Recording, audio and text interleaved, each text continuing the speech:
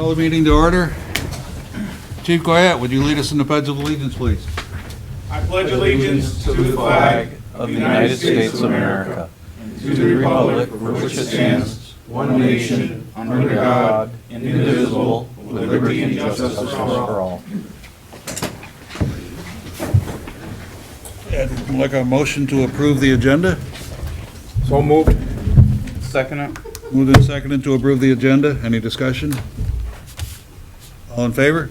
Aye. Aye. Need a motion to approve the minutes. I would make a motion to approve the minutes of October 14th, 2024. I'll second it. It's been moved and seconded to approve the minutes. Any discussion? Yes. Go first. Okay, under approval of minutes, you removed Rob Steele, and it should have been removing Robert Steele. And down in the next one, the same thing, you removed Rob Steele, and it should have been Robert Steele. And I didn't catch the other one, he did. And then under sale of used police vehicle on page 2, the first sentence, M. Jones stated the 2017 Cruiser that has been retired. There should be a comment after retired and then the word and. So, and the Pollock constables are interested in purchasing, and then you need to take out they will be, and just leave it as using it for law enforcement services. And then the next sentence, the price agreed upon is $3,000 with any equipment left in it as is. There should be a period there and then a capital on the should be 2 sentences. The equipment can't be used in any other police department vehicles in Castleton. Anything else, Rob? That was all I had. Anything, Bob? I do. Under the Parsons Hill Sidewalk Project update, it's not appropriate on the last line. It says the community center in Holden. We need to have a first name or a Mr. Holden there or something. That's just unacceptable. Do you see where I'm at? Yep. Nope. Okay. Insert his first I name. want that changed. And then under the ARPA obligation discussion, second line down, I think that number is a little out of whack. I think that's 1 billion you got written there. Yeah, we still got a little bit to spend. That might be a little high. Just, I think there's 3 too many zeros in there. And, under the manager's report, why did I have that highlighted? There's something not right there too. I've got one thing I want to change there, so. Okay, all right, well, we'll leave that to be. And then the next paragraph down, it says, the bids are due on the 23rd or 24th. Are we talking November, or are we talking December? Which one are you on, Bob? The next paragraph down, it starts with M. Jones stated he feels the salt and sand shed. Second line down towards the end, it says, the bids are due on 23rd or 24th. Of October, That's of October? yes. Okay, all right. Maybe they ought to put that in there. I think you're right. That's all I had. Mark? I'm good. Okay, let's go back to page 2. Last line of the sale of the police vehicle. I think there's an extra word in there. When Mark Brown made the motion to accept the offer from Constable Covino to purchase our 2017 police car as is. The where is belongs there as well? Yep. As is, where is? Where is, yeah. That- Okay. All right, then we'll leave that alone. And the second thing is on page 3, manager's report, first paragraph. M&T Bank and TD Bank were both not in question. There was one that was in question. I believe it was TD, but correct me, Mike, if I'm wrong. Oh, I can't remember now, Dick. Yeah, I'm pretty sure it was TD. Yes, it was. Well, they can't both be there. So we'll strike M&T Bank and the word and. It's TD Bank. Is that what you found, Bob? That was. Okay. That's all I have. Any other corrections, omissions, errors? Seeing none? I just had a question, just what you just said. After M&T Bank and TD North, he has reached out, so, but there's a period at the end before M&T, it says period, so dollars in the bank, period. So now it's gonna read TD Bank, and he has reached out to the bank, so that's gonna have to be reworded. You need to rewrite that so it makes sense. Can you do that? I can do that. I mean, all in favor? Aye. Aye. Aye.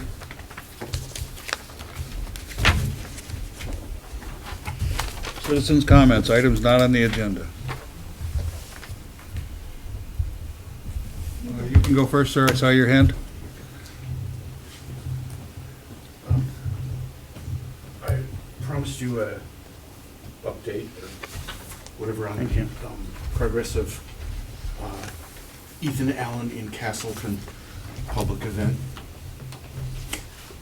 which is 6 months from about 10 days from now. Thank you. Had, So can you please state your name and address for the record? So, I'm Tom Hughes, Middlebury. I had a couple of public speakers come on the topic. First on Dick Smith from Manchester come up and talk about the history, including Castleton's part in what happened in May 1775. And then very recently had the Vermont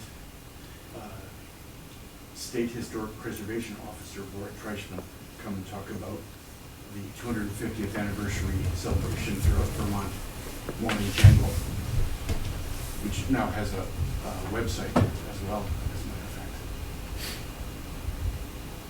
So, when I first came, I was asking about creating a committee, and so here are some early joiners to the committee. Shirley Grove.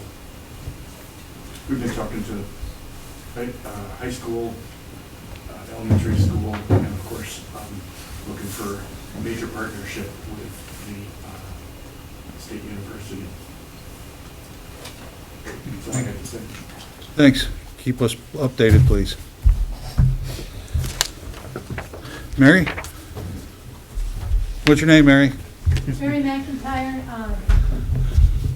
I'm representing today or speaking as a member of the Friends of Castleton Parks and Rec. Just want to let you guys know, last time that I was at a meeting, and some of you was out at the former Castleton Village School. And I took it personally that the Friends of Castleton Rec were put up to a challenge to work with our rec director and our rec commission to come up with some new programs. And I just wanted to let you know we're working hard at it. And I know our deadline isn't until December, but boy, we are beating big, and people are reaping benefits. So we have a Tai Chi program that's going on. Have you pronounced that correctly? Yeah. Tai Chi. I'm not attending that one. We've got cornhole going. We've got a pre-K program going. There's a, Friends of Rec has nothing to do with it, but there's a drama group that contacted rec director John Alexander, and they are in there. Friends has also taken it upon themselves to come up with a list of area gems, meaning a lot of the things that we already have in our town that maybe people aren't aware of, and that we're highlighting, and we've been leading hikes. We hiked Mount Herrick, just beyond Birdseye. This past weekend, Lori Camuto led a group. Mount Zion. Thank you, Mount Zion. At the Conic Ramble? Yes. So that's been positive. Pickleball continues to grow. We've got, of course, cold weather's coming, so they're coming in. And Fairhaven put in some outdoor pickleball courts. Well, now people are addicted, so they need a place to fix that addiction. So they're gonna come to us, and they're gonna want to come inside, and they are joining us. And the cool thing with a lot of the things that we're doing is we're teaching people. We're not just asking them to show up and then figure things out. No, we're instructing them. Everybody's growing. And the other nice thing is that our community is growing because people have time to visit and get to know one another. And the handshakes that are happening, and how afterwards, later you find out that these people have gone to dinner together, or they've gone out for coffee, or they've met here, or now they're hiking buddies. They never knew each other before. They never knew each other before these programs. Another program we had for the second time that our select board representative, Mary Lee, participated in was our second paint and sip. That was, we had 20 people pay for that. Ugly, but It's very humbling. it's fun. It's fun, and you have to concentrate on what you're doing, and there's laughter going on in the room. And again, we're reaching, last time it was probably anywhere from late 20s all the way up to senior citizens, clearly senior citizens. This time, we actually had a couple younger people come. One second grader, as a matter of fact, and she probably had one of the nicest paintings. That was a really cool one. But again, we're bringing in funds, not record-breaking funds, but we're bringing in funds and we're making intangible growth in the building of our community. One thing I think that we have to work on, and it's been touched on before when we've met with other groups as Friends of Rec, is we really have to work on a community calendar, because we do have a lot of things happening, and we've got to communicate so that we don't have events going at the same time and causing conflict for people to having to make a decision. Whereas if we could put them at different times, and I'll give you an example. One was the hike this weekend was sponsored by, or led by a member of Friends and Rec, Parks and Rec. That was at 1 o'clock, from 1 to 3 was the estimation. Lions Club Halloween party was 1 to 3.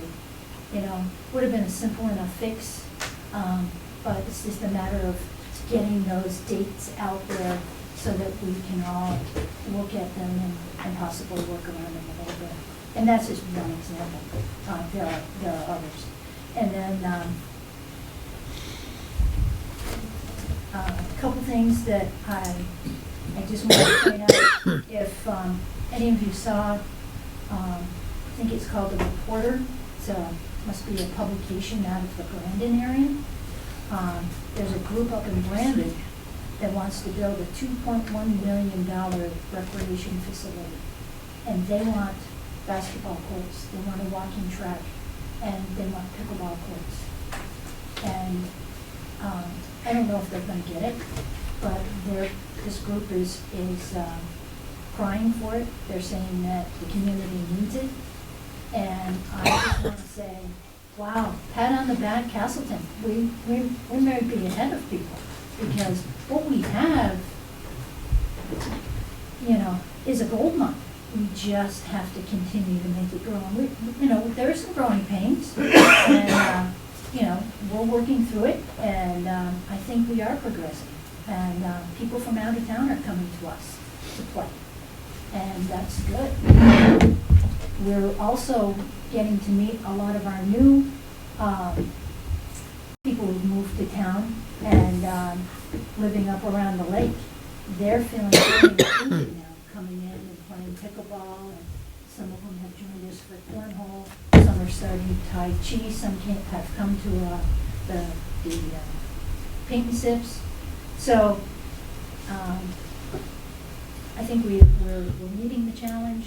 I hope that we have all the programs going that everybody wants. I'm seeing that and I'm hoping that they will continue to grow. And again, we're not perfect, but we're getting there. Day by day, we're growing and improving, and I think we're improving our town. And kudos to all the people who've helped, not just me, certainly. There's too many people to name, certainly, who are just not even, they're not taking any money. They're donating a lot of their own money, doing a lot of this out of their own pocket, and certainly donating a lot of their time. And I guess one other thing I would ask is that in this group, we have a lot of talent, and we have a lot of knowledge and a lot of experience. And I guess as programs go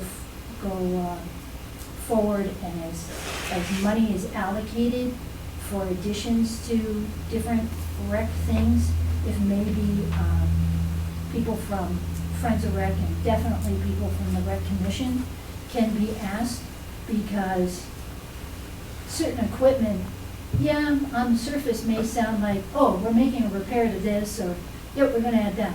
But if you talk to the people who've been trying to make what we have work, they might have some good insight as well. So I just asked that.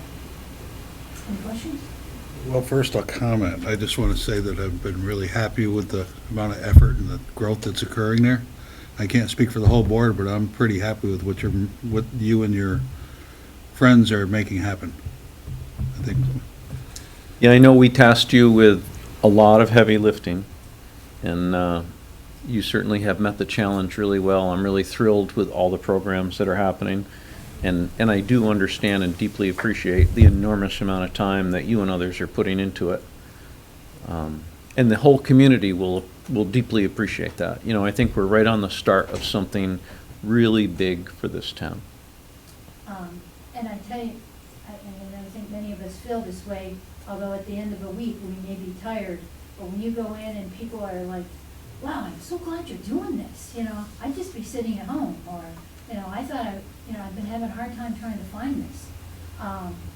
But there we are, and a lot of friendly faces, and very generous people who've been coming out, and diverse groups. The group coming out for cornhole is probably not a group that you'd see maybe in traditional sports. Wonderful people. Just this is their thing, and it's a little different than a monthly fee. And we're kind of learning. My husband and I are leading that, but we certainly weren't cornhole aficionados by any means.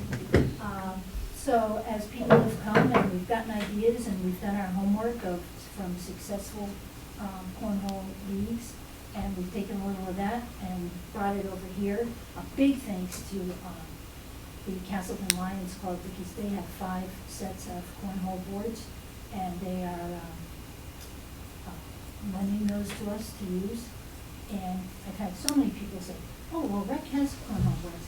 I guess maybe that's an example that I would use. Those are, first of all, their boards aren't, the hole size isn't the size that you would use for regulation. How they're built is they're probably fine for the beach or whatever, but if people are playing competitively, they've got to be different. And that's what, and there's even more that are fancier than what the Lions call that. But these, from the guys and gals that are coming in, these are, we're getting compliments on them, so that's great. Yeah, it's amazing. So. Sure. I just got this asked to me an hour ago, Mary. Why didn't the Castleton Lions Club hold their Halloween party, Halloween, whatever you call it, at the Castleton Village School? And I did not have an answer for that person. I think a part of that, and this was long before me, we've been involved with letting, so we don't run it. We sponsor. So the college kids run the programs, the college students, the physical education and health science club. So they run it, and they have all their stations. At yesterday's party, yesterday's party, there's 22 stations. And so there's different activities, and the different athletic groups run them, like you've got a hockey goal, and you've got a baseball tee, and you've got some art people painting faces and all that. So they've got all the equipment right there, and the students are there. So we just go to them. Okay. To me, it would have been a golden opportunity to showcase the Castleton Village School. That's all, that's the way I look at it, so. And I didn't have this written down, but I kind of hope that maybe we could consider having our town meeting there, rather than at the college. I mean, for years and years, we had our town meeting at that school.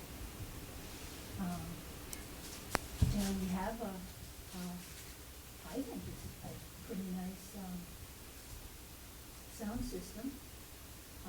I'm using it to play music through for cornhole. I've learned how to use it. You know, I think what a lot of this is because we have for years and years, I've heard people say, oh, there's nothing to do, there's nothing to do, there's nothing to do. We're offering things now. But we've got to get people out of their chair. We all have to think a little different. We have to remember this resource that we now have. Because even though the school was in our town, a few years ago, it kind of got taken away from us in that we didn't have access to it like we had traditionally when we owned it. So I think we kind of got away from using the schools. And now that it's back in our ownership, I think we've got to remember to use it. So I wouldn't disagree with you, Bob. I wouldn't, you know, I wasn't the chairperson this year, but I have in the past been the chairperson of the Halloween party, and that would be, based on my experience, that's why it's there. But could it be different? Yeah, it might be different. And we are working really hard to get a relationship built. We have learned that a lot of the students go to Rutland Rec to get their experience, their like clerkships in, I'm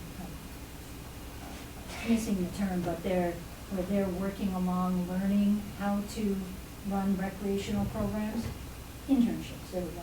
They are going to Rutland for that. Well, we want them to stop by Castleton Rec and be our interns. We're not quite there yet, but we're getting there.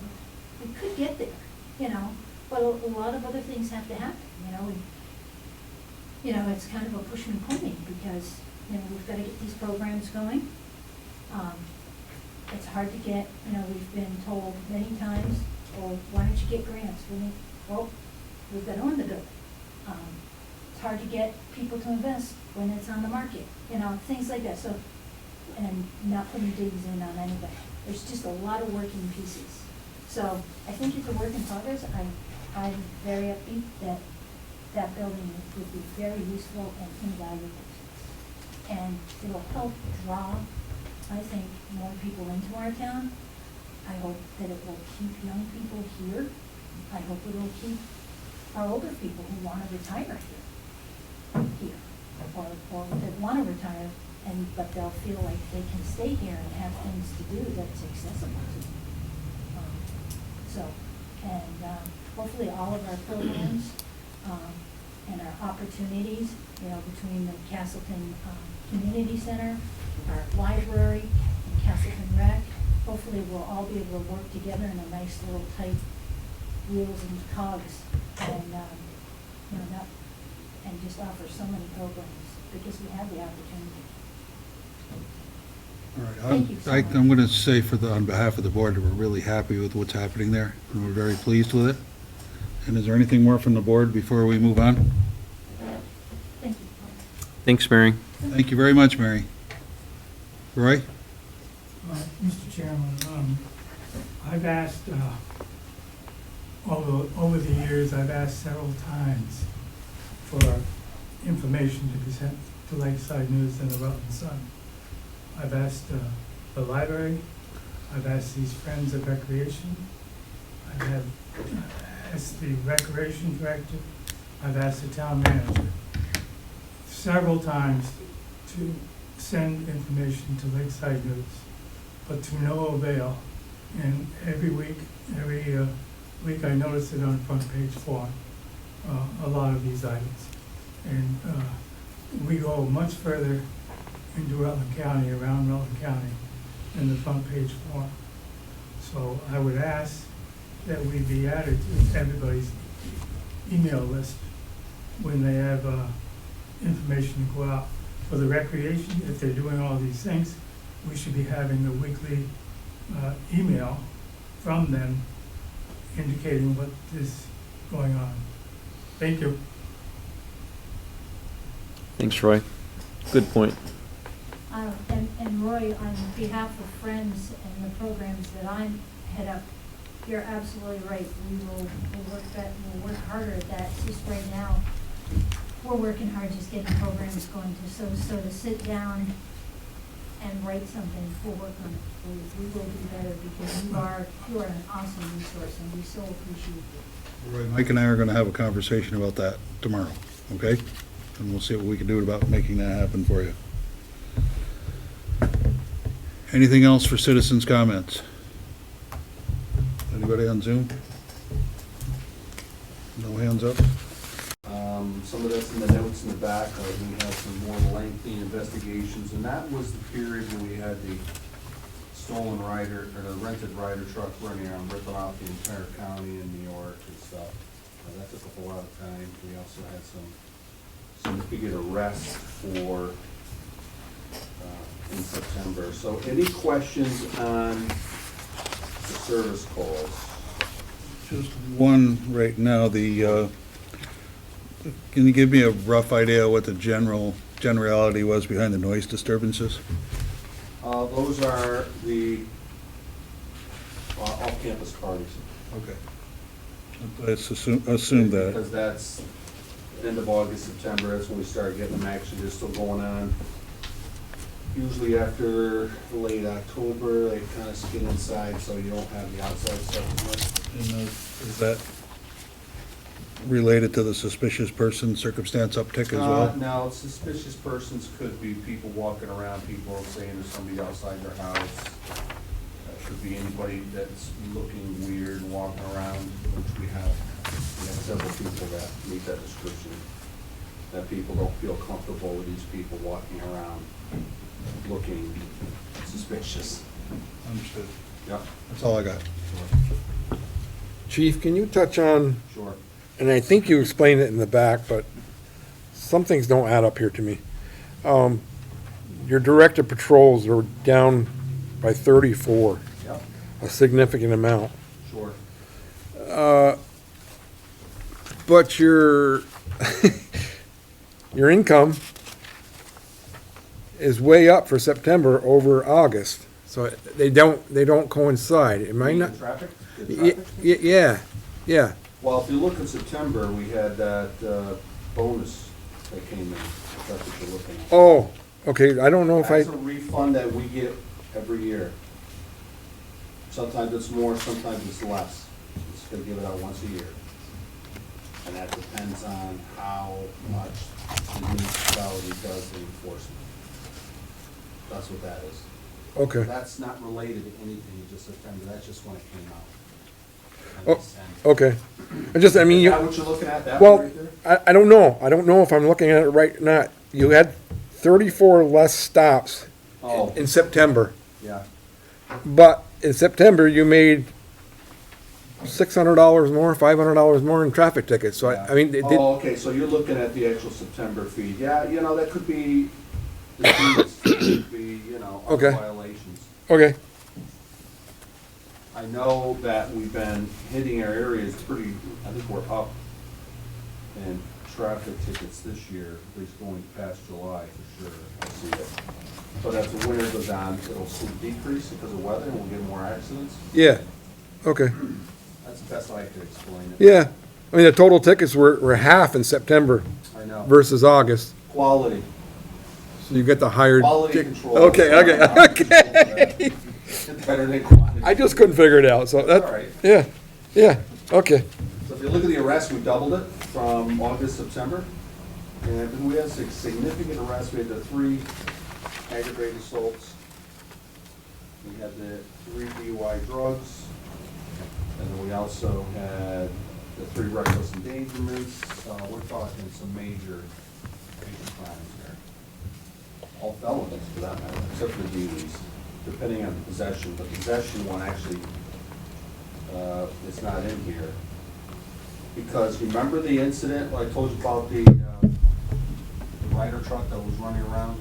Down Creek Road, down everywhere, we got them stopped. Well, we ended up getting, I think I told you, 17 grams of heroin? Fentanyl mixed out of that. And because they were nabbed in New York, so they've got them over there. Actually, Officer Piatek just went over there last Thursday, required for the grand jury. So, you know, unless we send a case in here and ask for extradition, which they're gonna be sentenced much longer, they both are convicted felons, we won't see them for, hopefully, you know, we still do what we need to do here, but unless they get released and come over here, get extradited, nothing will happen. Do you understand what I'm saying? Yeah.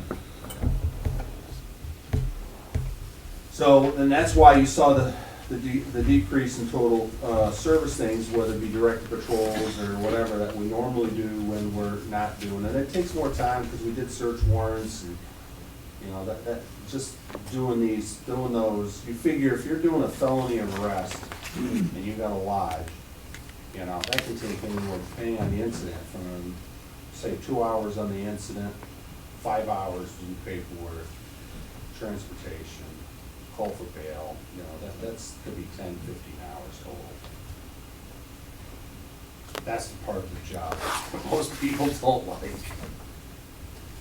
But it's part of the job.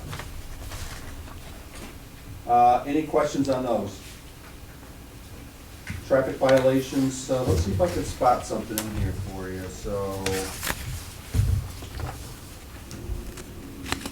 Not really, I mean, I'm looking at the violations, nothing really jumps out why they would be that much higher. Maybe people paid the fines. Maybe, no, seriously. People were, you know, came back from vacation. I don't know.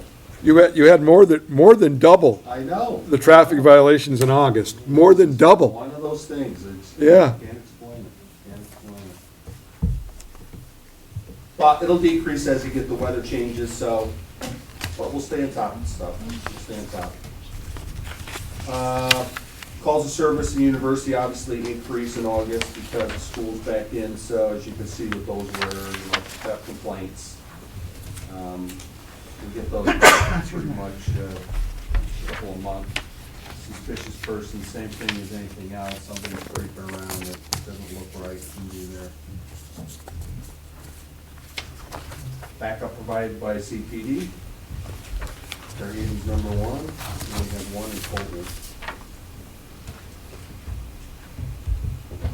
So we got a little more lengthy on our narrative, just a couple things, and I talked about the notable arrest, and Justin had made a little more detail. I'm not gonna go over each thing verbatim.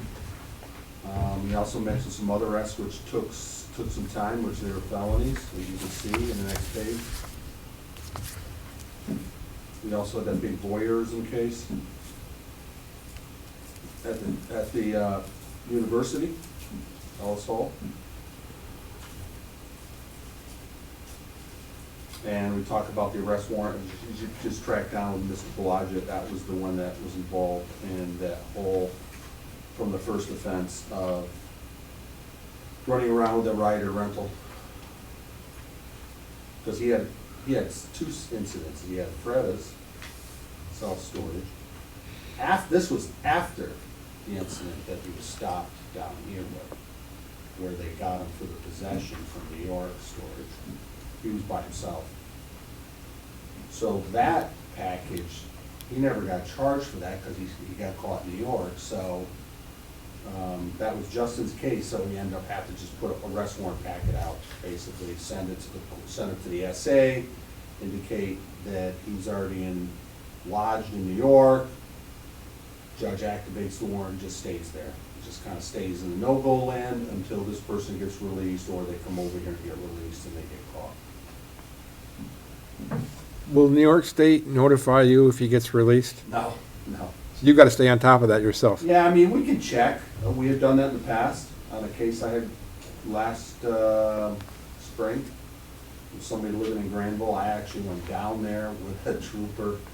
We have no arrest powers there, but you can get down there and ask questions. You just can't do anything with them.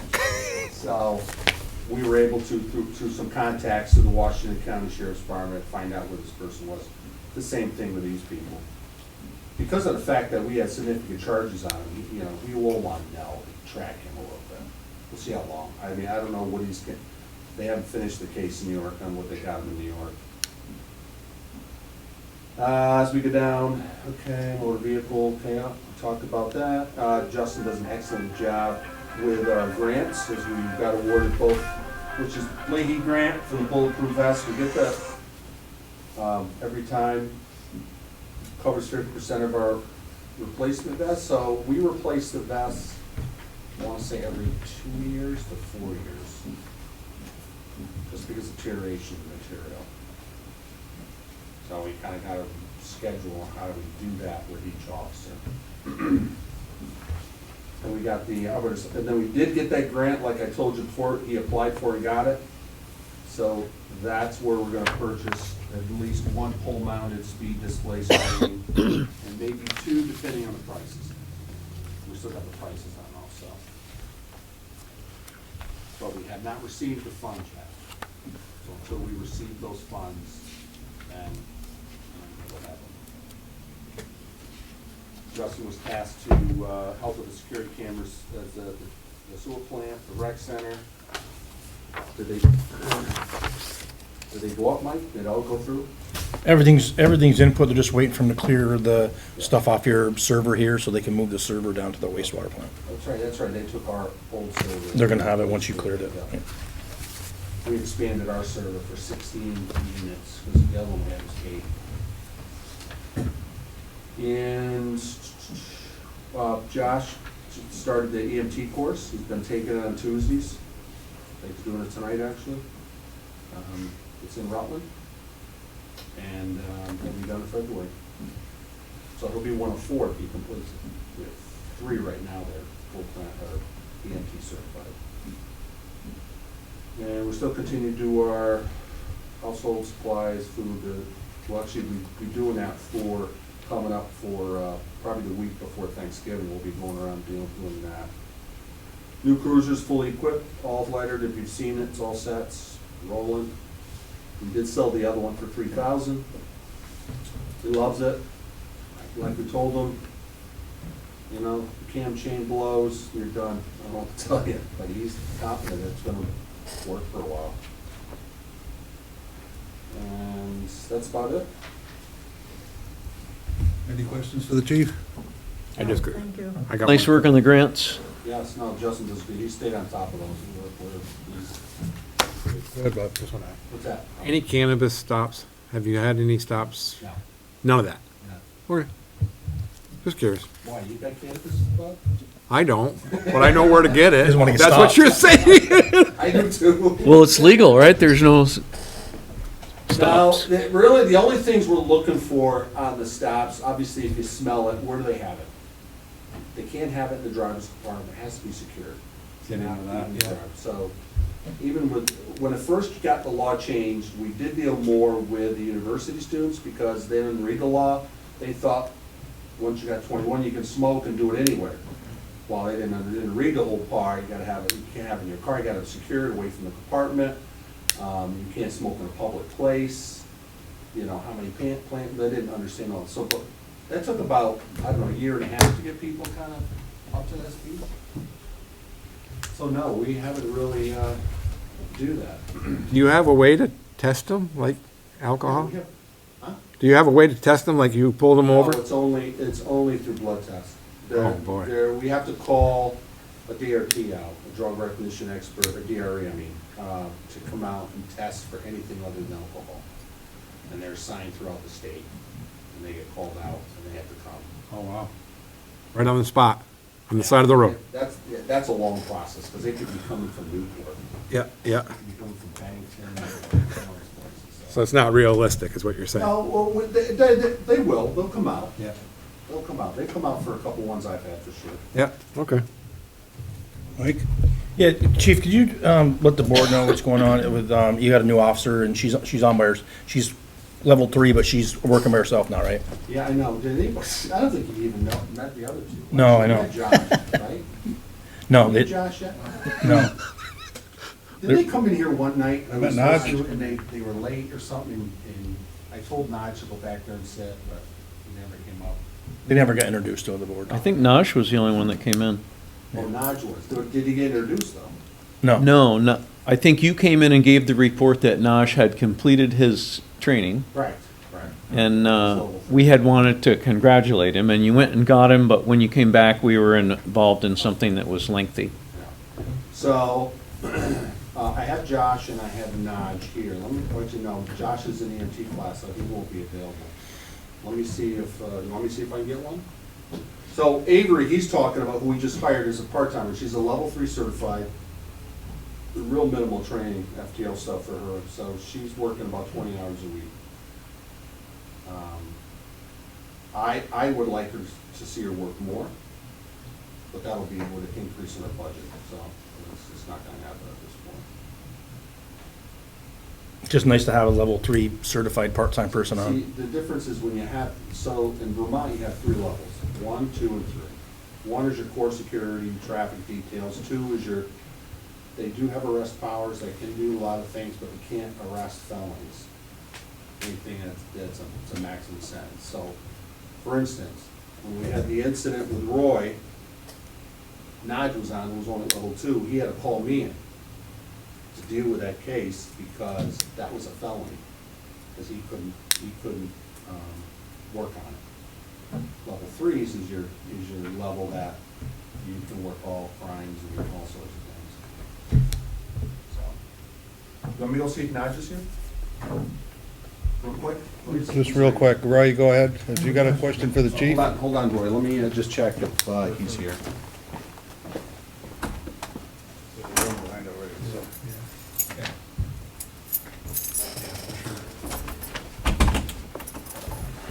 Hey, Naj.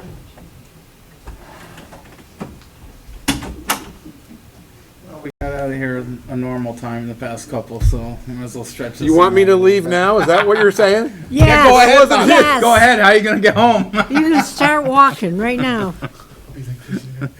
Well, it'll be nice that he knows we appreciate him.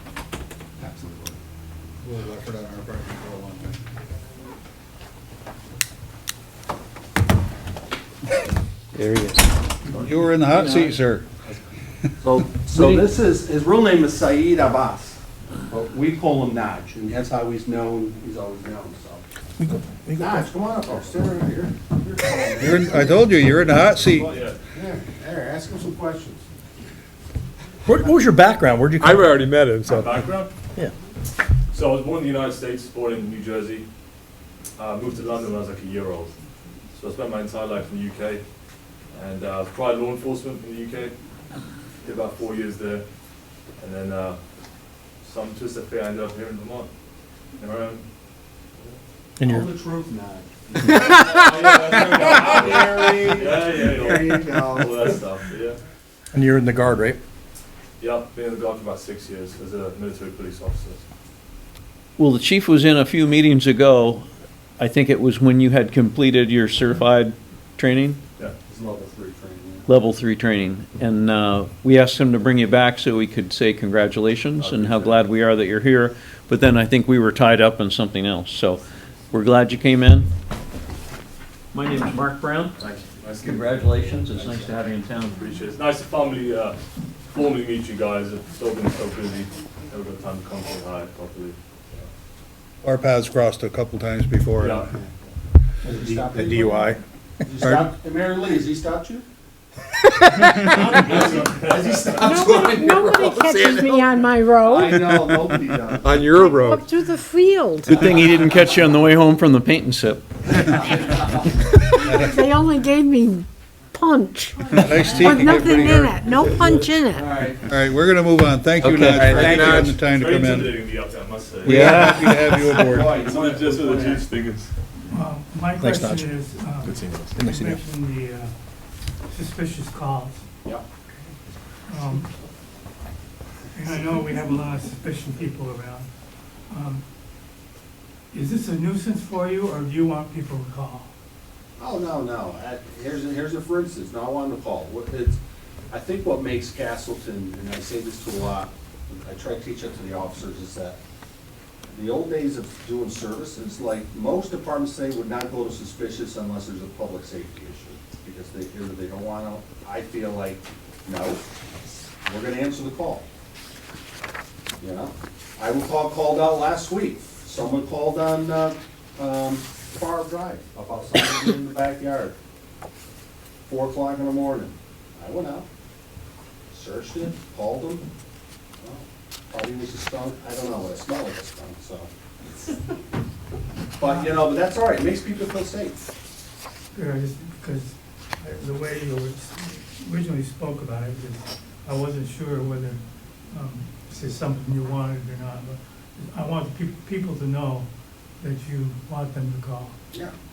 Well, here's one more thing before, this is something I mentioned before. So every week we get, on the average, anywhere from 5 to 10 calls from towns outside of Castleton for service, for something, a question about this or that or whatever. They show up here looking for police, people from Sudbury, people from Hubbardton, people from Poley, people from Fairhaven. You got a police department, well, I can't find them. Everybody has sensed this is like a hub. And they drive by it, they see us.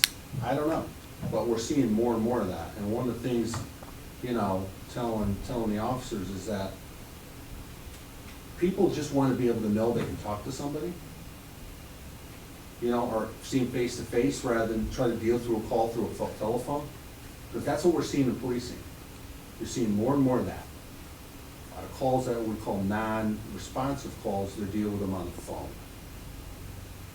You got a generation gap where these people are used to seeing. I'll have people, in their 70s or even early 80s. Well, they want to talk to me. They want to talk to somebody in person. They don't want to just talk on the phone. Especially with the fraud complaints, because they're scared. They just got gypped for $5,000, and they don't know what to do. So, it's hard to tell. So, the long-winded question is that's something why I love Castleton, because of the fact that it's small enough where you can handle that and do that. Yeah, sometimes it's a pain where it's nothing. But you know what? They need to feel like it's nothing. So they need someone to tell them there's nothing out there. I'm sure you remember this, Pete, but when we hired you, we asked you to make the police more present or more available and more visible, and to make the people feel like they were safer, and you've done exactly that, and we thank you for that. Or I thank you for that.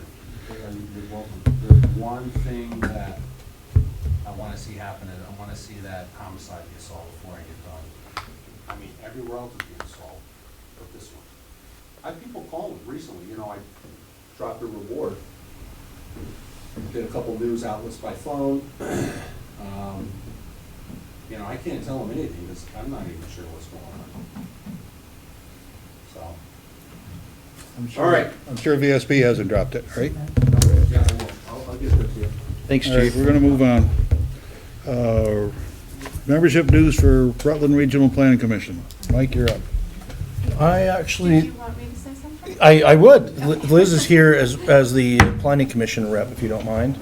I don't mind. So Mike said that you all got the packet from Rutland Regional Planning Commission that explains the increase in membership dues. Is that true? That is true. We did. Okay. So I'll just do a quick recap. So basically, there's been a set fee for quite a few years, and for fiscal year '25, it would be $1,000. But the rest of the state doesn't do that. They actually do a per capita price. So what the Rutland Regional Planning Commission, which is 27 towns, if you're not familiar, that are a part of that, and everyone has been paying that flat fee. But Castleton is the second most populated town among those 27 towns.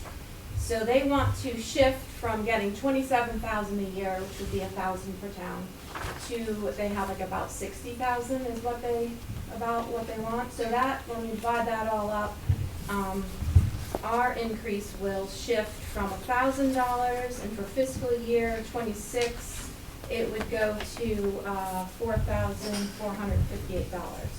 And they just want the select board to be aware that this was passed. So this motion came up in the September meeting.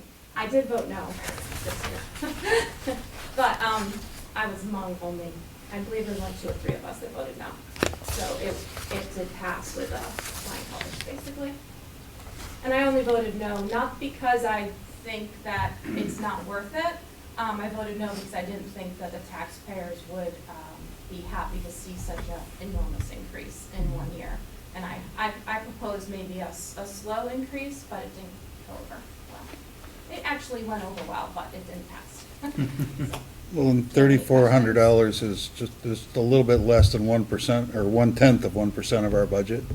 But as you know, if you keep adding 1/10 of 1%, it doesn't take long when you have a real number. So, you know, that's something we're gonna have to wrestle with. And we're gonna look to him to help us wrestle with those numbers, because this is not the only thing that we are gonna have to deal with on this budget cycle. Well, I would comment that it isn't always what you pay, it's what you get for what you pay. Agreed. And I think that this $4,000, I mean, saves the town, I don't know, I couldn't quantify that number right now, but a tremendous amount of money in scoping studies, planning. The big project on Main Street for next year, the big sidewalk project, Rutland Regional Planning Commission did the scoping study. They wrote the grant. I think they're gonna be the project engineer. I'm sorry, the project Municipal project manager. manager. And with this, there's no, if I read this correctly, there won't be billing for any other individual services. Correct, they're really trying to, and they've been doing this for a few years, they really don't bill the towns for much, for anything really. They use all grants to give us services. And Mike, I think that one email is just to you and I, is that correct? So Mike did ask about specifically what services we had received as a town. They have it, Liz. Oh, We they got have it, okay. we had the whole thing. Okay.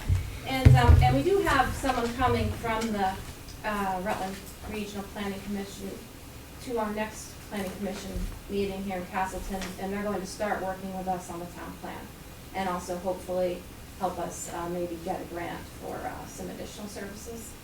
Did I read in here somewhere correctly that the roughly 60,000 that they're looking for the towns to contribute is around 2.8% of their budget? Did I read that right? It did tell you the You did. percentage. Okay, so that, Yes, yeah, that's right. so I did read that right. So that's really not a Not much. significant amount of their No. operating costs. They get a lot of grant state money as well, so. Liz, when is that meeting that you were This talking? meeting was, it already passed in the September meeting. No, the one that's coming up, that you have somebody coming over? Our next, I believe it's November, whatever that second Tuesday is of November. Second Tuesday of November? 12. The 12th? You hold your meetings here, right? Yes, 6:30.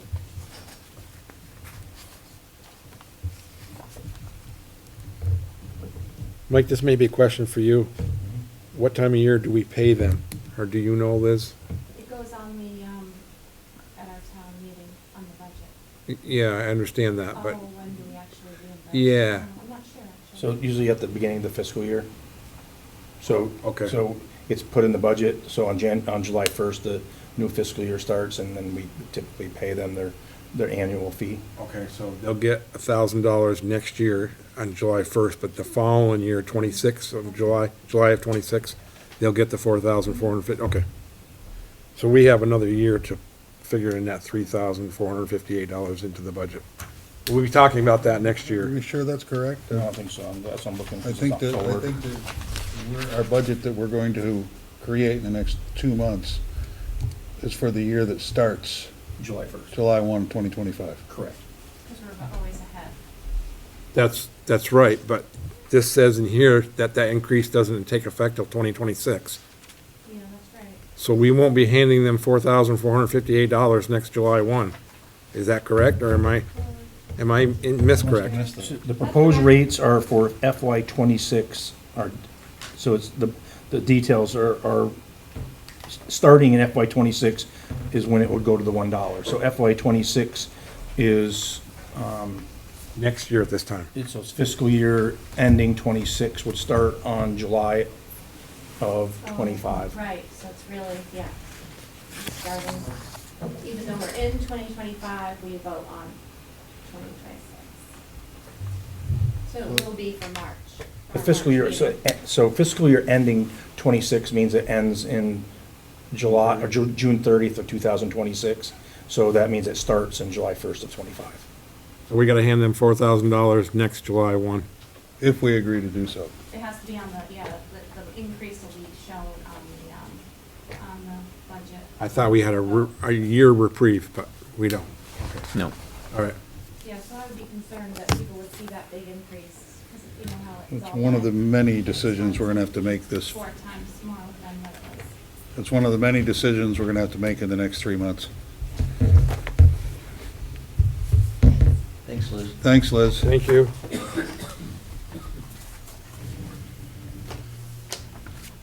Parks and Recreation, Charter of Rights and Responsibilities.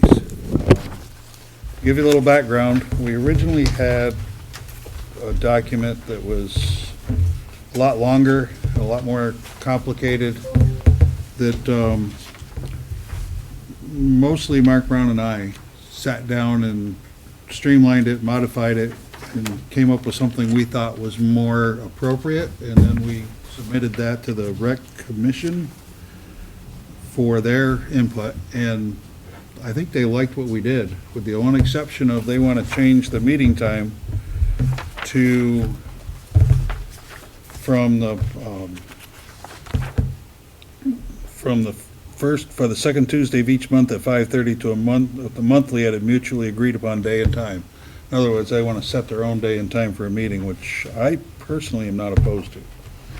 So at this point, I'm going to ask if I can get a motion to approve this, and if so, then we'll discuss it and move on from there. I would make a, This copy that you have here says they want it second Tuesday of the month at 5:30. That was not correct. The copy that you had in your packet, because I double-checked that when I saw my packet, is incorrect. Okay. The one that Martha sent me, and the one that's in the blue folder to be signed, that is stricken out, and monthly at mutual agreed upon day and time is inserted in Okay. its stead. Just making sure.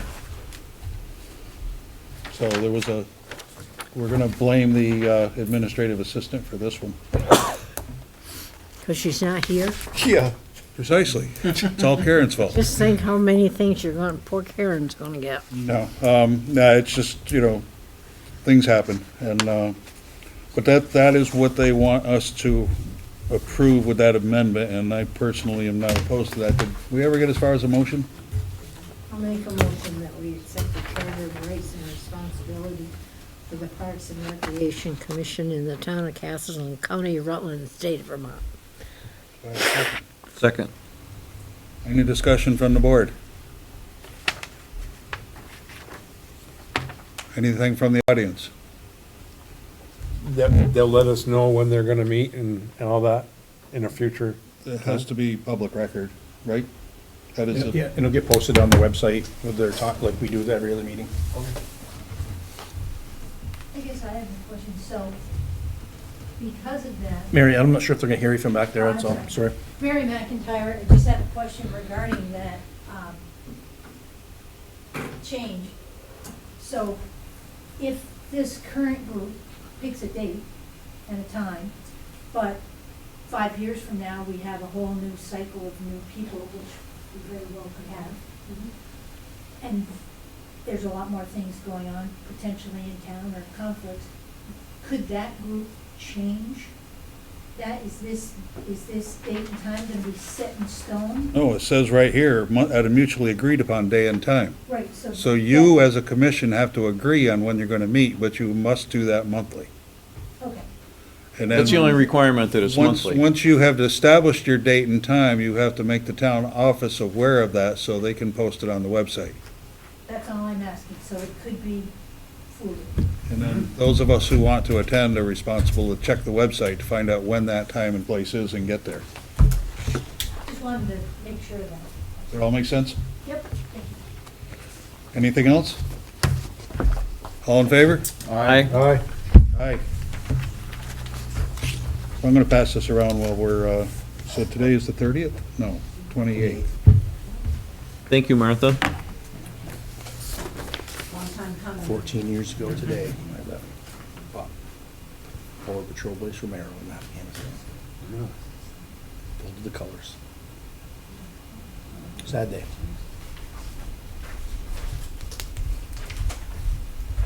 All right, so we're going to move on while we're passing that around. Let's talk about winter salt bids. All right. I got Jeff on, so I'll start, and if there's any particular questions, he can fill in the blanks.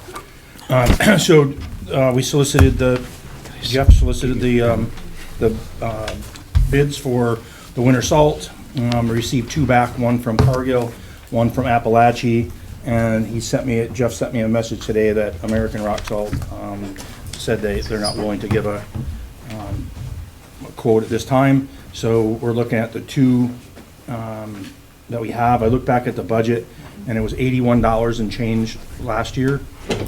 It's it's 87.25 for Cargill and 87.50 for Appalachia for the bulk, non-treated salt. So taking the numbers that you have in front of you, our budget Thank you, Rob. is $86,000. If you were to go with Cargill for 300 tons of untreated or bulk salt at $26,175, and then the Clear Lane de-icer treated salt, 600 tons, that's $59,250, for a grand total of $85,425. That's delivered to our location, which is the lowest bid, which Cargill is what the state's using as well. They're just a good company to deal with. And I put a note at the bottom of the sheet for you that Jeff had asked, stated that he wanted to put more stone in the sand, in our winter sand, and there's a blank at the bottom of your page. So if you go to that page that says cost of 3/8-inch stone to add to winter sand, that number is $6,289.20. The budget for winter sand is $74,700. That's on your sheet. We're not purchasing winter sand this year, so that means after you take the stone, that $6,289.20 away from the $74,700, basically we will leave $68,410.80 unspent in winter sand. And with all the maintenance and stuff that we've been having as issues, this is kind of like a safety net. If we have a bad winter, then we have maintenance issues, or if we have to evacuate stuff to be worked on outside of what our mechanic can do. Based upon what the highway foreman has recommended, I second that. It's at the bottom, as we recommend purchasing Cargills for both untreated and treated winter salt, road salt, for a price not to exceed $85,425. On that Cargill estimate where it says Terminal Shelburne, that's just where it's coming from. It's gonna be delivered Correct. to Castleton. Correct, that's where they pull it from. They deliver it to Ruby's site. Rubies, yep. And on the quote letter, there's one that's in the folder, Mr. Chairman, that I filled out all the shipping, and the only thing I didn't have was the Ruby's address to the salt shed, and so I'll put that in there. But if the board makes a motion for me to go enter into that agreement, then I'll get that and fill it out and send it to them. Was that in our packet, that sheet right there? Because I don't have one of those. I don't have it either. Really? Okay. Was it left on the table? No? No? I thought I handed them out tonight to I everybody. haven't found it. He handed them out tonight. Oh, you handed it out tonight? Yeah, so it was- We had there was the- two things that were we there. had There was the- this thing and another one. Nuts and bolts I of had this, but we this. didn't have the, Yeah, that's the sand shed. No, I got that. I don't have this sheet with all the prices and they rattling off. You want already. this one? I don't have that. Well, I just look at it real quick. Sorry. Mark doesn't have it either, so. I was listening though, I got it. well, the bottom line is it's I was under, listening to it, but I couldn't find. line is it's under budget by a little bit. We're gonna save a lot on the sand. Agreed. But I mean, the salt line on its own. Yeah, Yeah. it's the only one that's in our budget, so it's the cheapest one. Yeah. So do we need a Do I have a motion? motion? Do you have any, do you have any questions that? I do not. The highway foreman, if you need him for anything? No? The stone in the sand is gonna be great.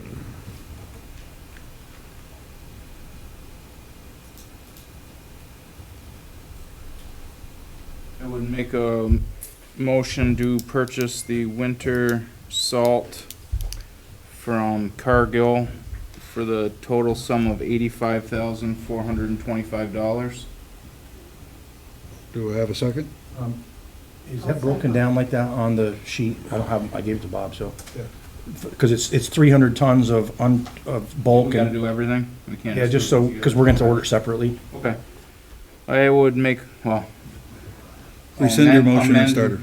Rescind your motion and start over. I'll rescind my motion, and I'll make a motion to purchase 300 tons of bulk de-icing salt for a total of $26,175, and 600 tons of Clear Lane de-icer treated for a total of $59,250, for a total of $85,425 from Cargill, delivered. I'll second. I have a motion and a second. Any more discussion? All in favor?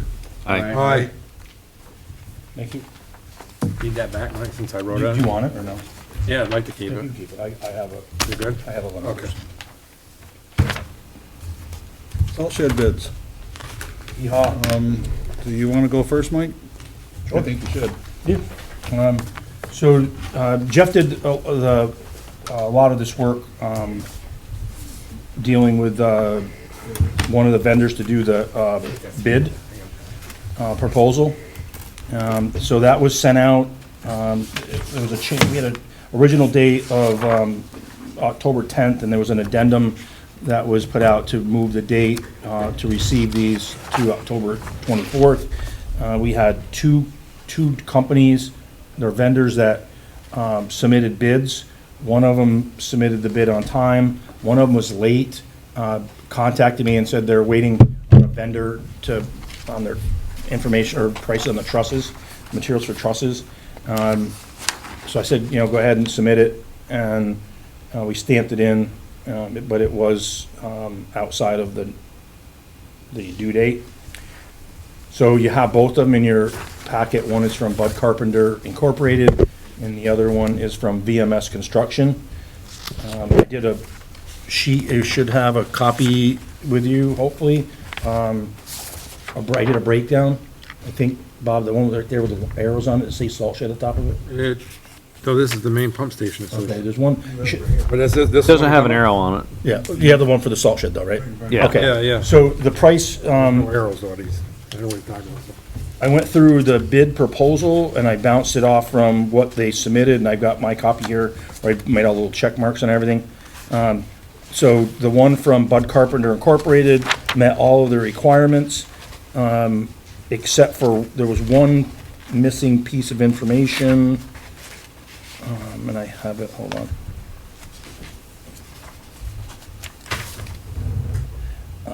It didn't state in there that the work must be completed by October 1st of 2025. It was verbally explained, and they received everything, but he just didn't include it in the bid packet. But everything else met the criteria in the proposal. His price was $271,200 $271,071.47. It was the low bid, met everything. And then I put together a little cost sheet showing the other costs that would be associated with completing the salt and sand shed.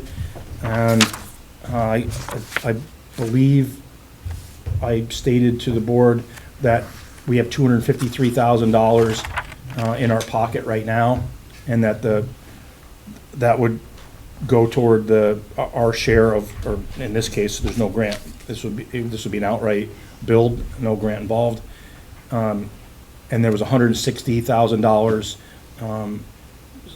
proposed on the ARPA worksheet. So if you add those two together, it was like $5,000 over that. But there was a 10%, $38,000 was a 10% contingency. So I'm pretty confident that that 5,000 wouldn't be an issue. But that's what the number that I gave you at 418,000 would be what it would cost to turnkey that salt and sand shed. There's the number on the 25,000 for the site work and everything. That'd be hiring an outside contractor, because we're gonna get hit into spring and mud season, and I think the highway crew is gonna have a hard time trying to do all the road work and do the site prep work. So that might be a little high right now. I'll get that number refined, but I kind of gave you the worst case scenario of what it would look like. So what we have in our pocket, the 253 plus the 160 in ARPA would complete that project, and we could start that and complete it next year, rather than wait till 2027 to go through the grant process. Two questions.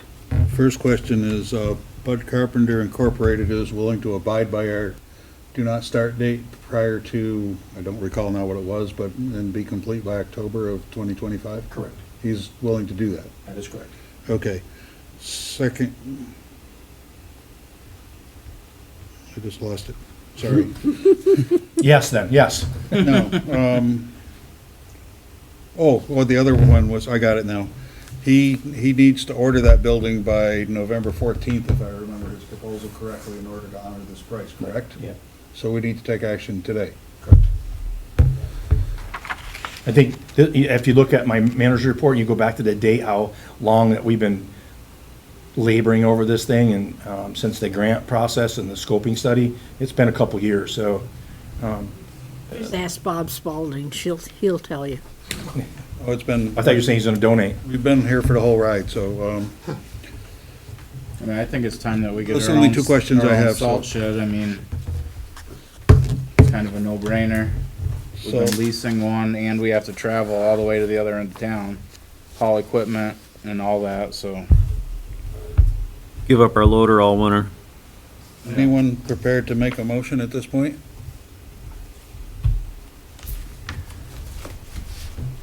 I would make a motion that we award the salt shed construction to Bud Carpenter, Inc. for $271,071.47. Second that. I have a motion and a second. Any more discussion? All in favor? Aye. I have a question, Mr. Chairman. Does this mean that the board's committing to the 160,000 in ARPA, or at least considering that? Because without that, you're not gonna, It would look that way. I just want to, it hasn't been talked about or voted on, I guess, but without it, you're not gonna get across the finish line. Well, let's, Yep, I think that goes together. so that's, I'm looking at the ARPA worksheet from 9/22/24, that's still the most recent version, correct? Yes. And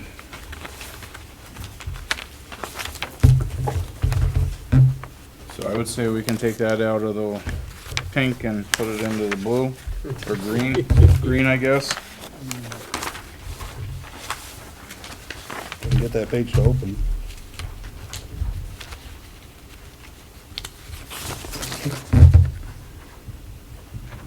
And you feel the 160 is adequate? And so do I. All right, Ready for a motion for that too, if someone wants to make it.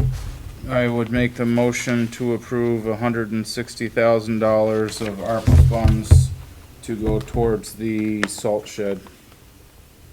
I'll second it. So it's been moved and seconded that we obligate $160,000 of the ARPA funds to make the salt and sand shed project whole from a funding point of view. Is there any more discussion? All in favor? Aye. Aye. Okay, Thank you. so now, we have to get that done.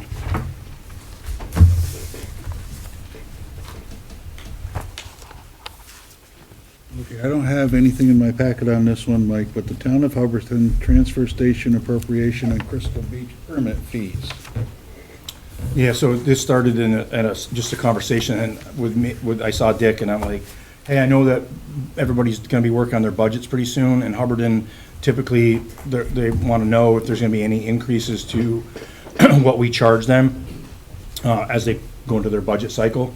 And, past history is, there's nothing in writing explaining why we charge them the percentage that we do.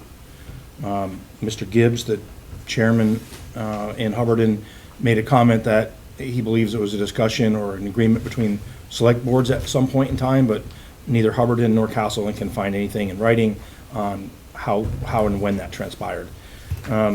So it's based as percentage. We don't know if it was based on population, of each town, or how it was determined. I guess what wanted to bring it to the board's attention is, I can do more research on this to see what it would look like this year as I get budget figures calculated and put on the spreadsheet. But today, it's kind of food for thought as we go forward on how we might want to look at that. Because I'll try to figure it by appropriated by population, the last census data, because every year it could change, and next census will be in 10 years. So it's not a foolproof thing.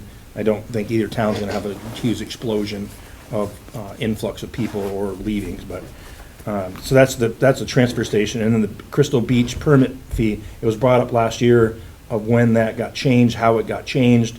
It seems like the board was pretty okay, or was okay, with leaving it as that they're not gonna get charged the resident rate. They're gonna pay the non-resident rate.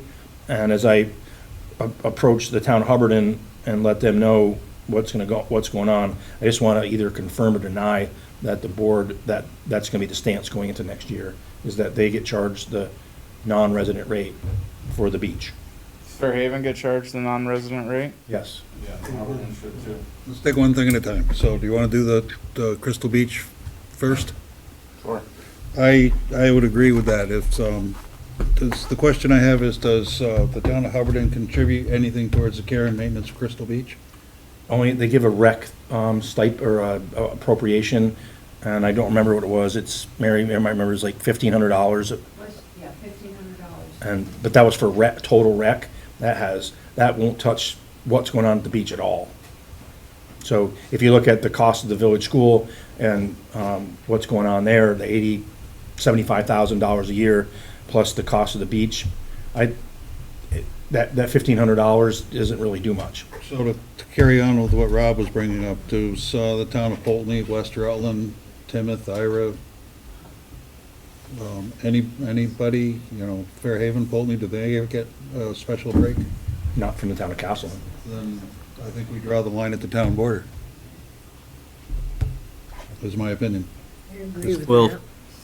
if you base it on population, they should pay We're 16%. talking about the Crystal Beach access fee right now.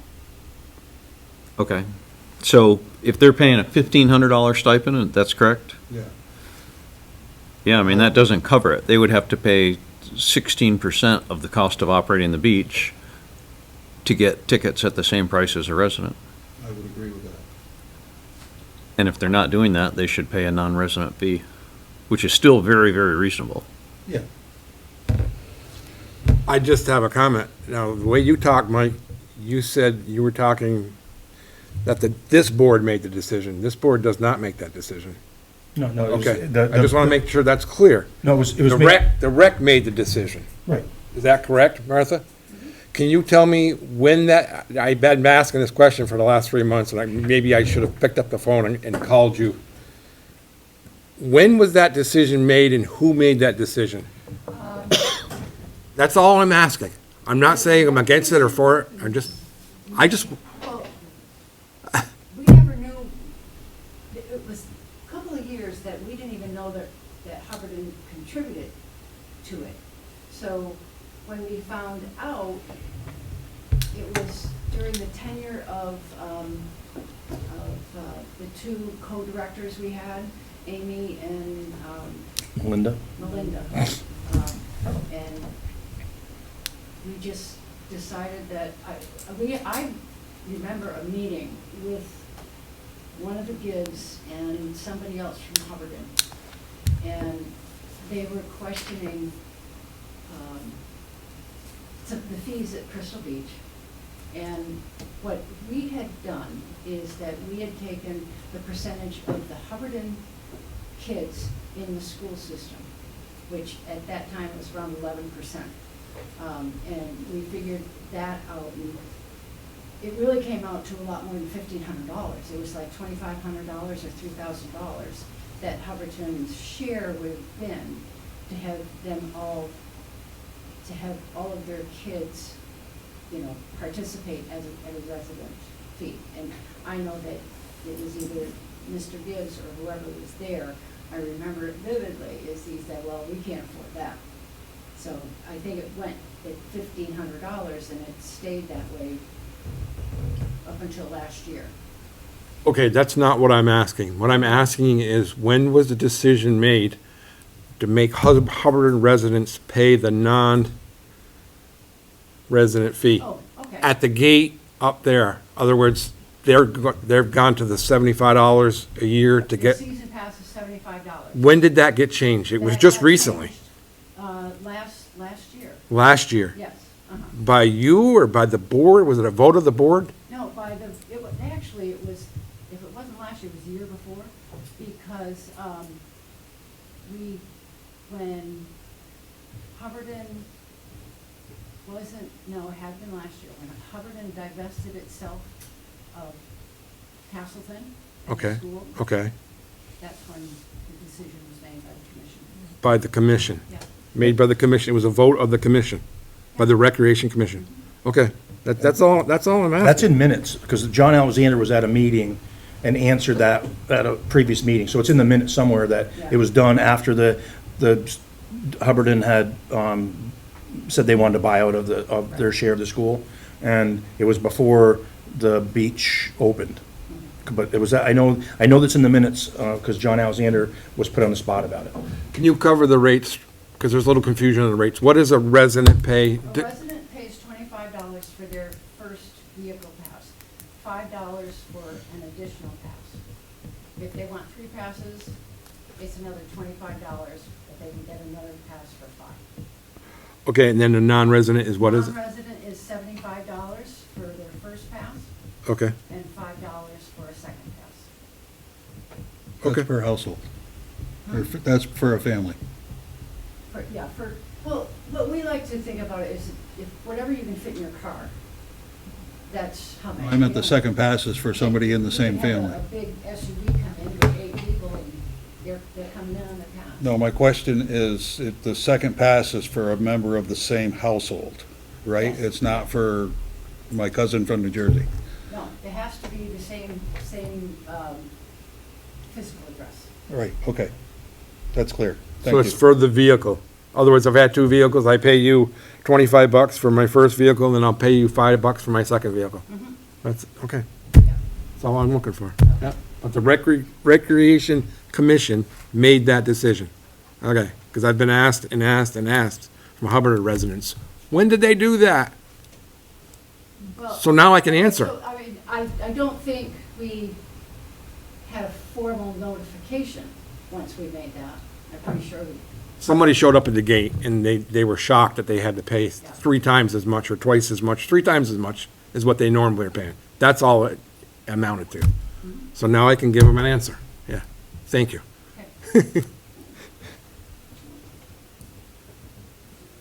At this point, the board needs to take no action unless we want to tell the rec commission to do something different. So if I don't see any desire for the board to take action, we're going to move on to the transfer station. Move on. We're moving on. Okay, so at this point, My leg hurts. Move on. Hubbardton is paying approximately 20% of the cost of the transfer station and getting 14% of the revenue. Is that correct? I believe it's 17% of the rest. 17% of the revenue. And those numbers were arrived at some point in the past that we are unable to ascertain when or why. So the question, your question to us is, do we want to even entertain changing that? Correct. And the reason we want to do that or not is because Hubbardton needs to do the same thing we're doing with the budget process, so they need to know what the number's going to be. So they're paying 14% of the costs of the transfer station. 20% of the operating cost, and they get back 17% of the revenue. How those numbers came about, I wish I could tell you, but You would think they would be the same. I know, that's why I said, how they came about, I don't know. It's kinda good for us right now. Right. You would, the 20%, I mean, we're making 3% off of them. Well, we're making, What's that? I believe the 3% represents the trucking fees. He's been here, that's, the guy in the background is Heath Goyette, Allison. Yeah, he said it might be for the trucking, but I don't know. wouldn't that be part of the operating budget? But when you include the revenue, when you take it somewhere, it costs us, the driver, the fuel, the truck.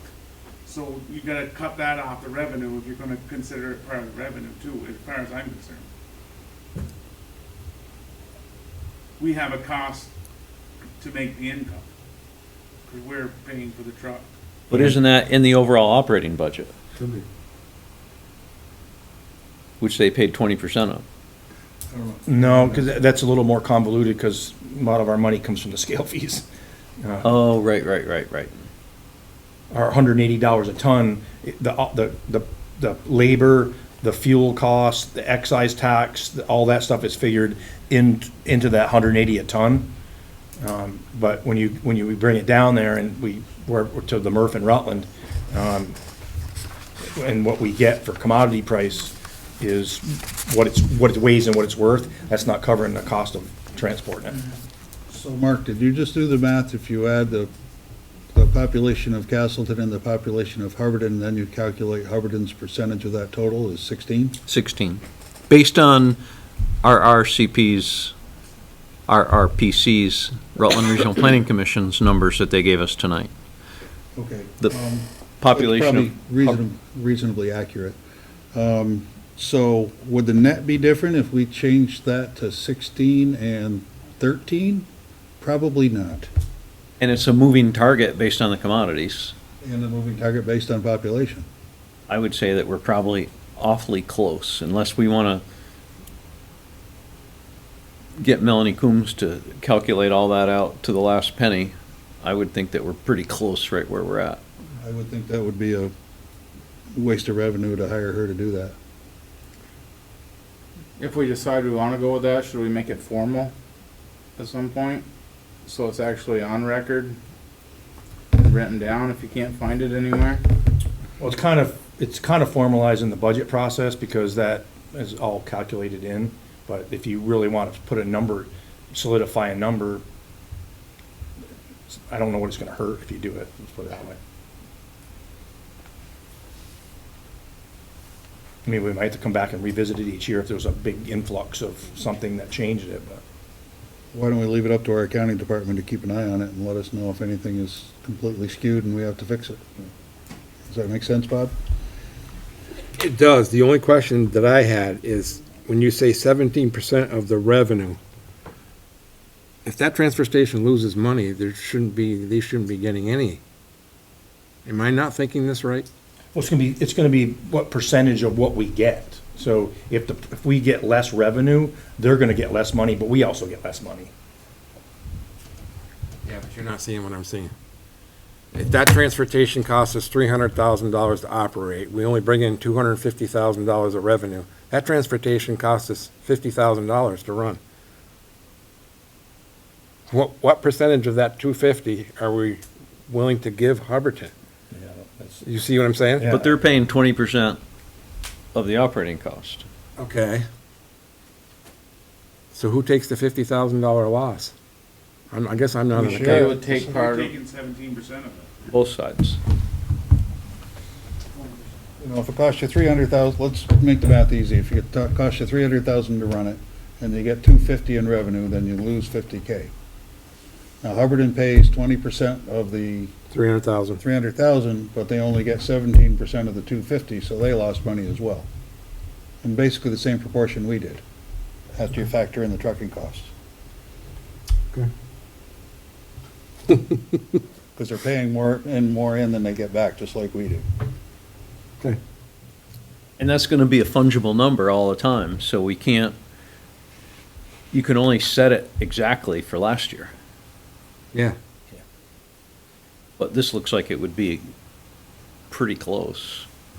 And like we said, if we moved the numbers down 3 points each, No, would it really change anything? we're not doing that. I won't vote for that. move it up 3 points. So I think we should just leave it up to the accounting department to review, and you do what you've always done.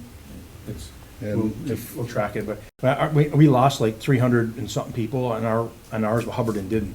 So, you know, I mean, population-wise, we'd have to look at the population, when do we look at it, because there's no census data, we'd have to figure, we have to call town clerks and say, how many people left and how many people came in, and it'd be a nightmare to try to figure that out each year.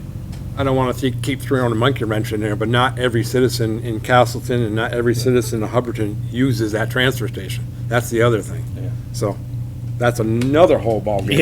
Yeah, you go to that one. Yeah. you gotta base it on something. I know. And I thought about entering into the idea of transfer station permits, but that's even more of a moving target and would only increase the inaccuracy. So I said, well, we're not gonna have that conversation. And it would include the work of him. Well, it's a municipal service. And, you know, Paid for by the everyone user. that lives in a community has to be willing to pay for that. It's like the US Post Office. You know, your taxes they lose $35 million a month. If you never send or receive a letter, you're still paying for it as an American citizen. And you should, because it's a service. So, you know, and every resident of Castleton and every resident of Hubbardton is entitled or has the opportunity to buy a transfer station permit and use that transfer station if they choose to. That's correct. If they choose not to, that's their choice. So I'm inclined to do nothing and move on. I think you're right. Well, that's bottom line, that's what it is. Yeah. So let's move on. We just a comment. We've done that year after year after year after Yes, year after year because after nobody year. knows when this all started. We cannot find any minutes in either town as to when this started, No, so. that's fine, but once again, we don't change anything, so if we lose our backsides on it, then we got nobody to blame but ourselves. That is correct. Okay. But it's a percentage, not a fixed rate. Yeah. So everybody shares in whichever way it goes, we're all sharing it equally. Yeah.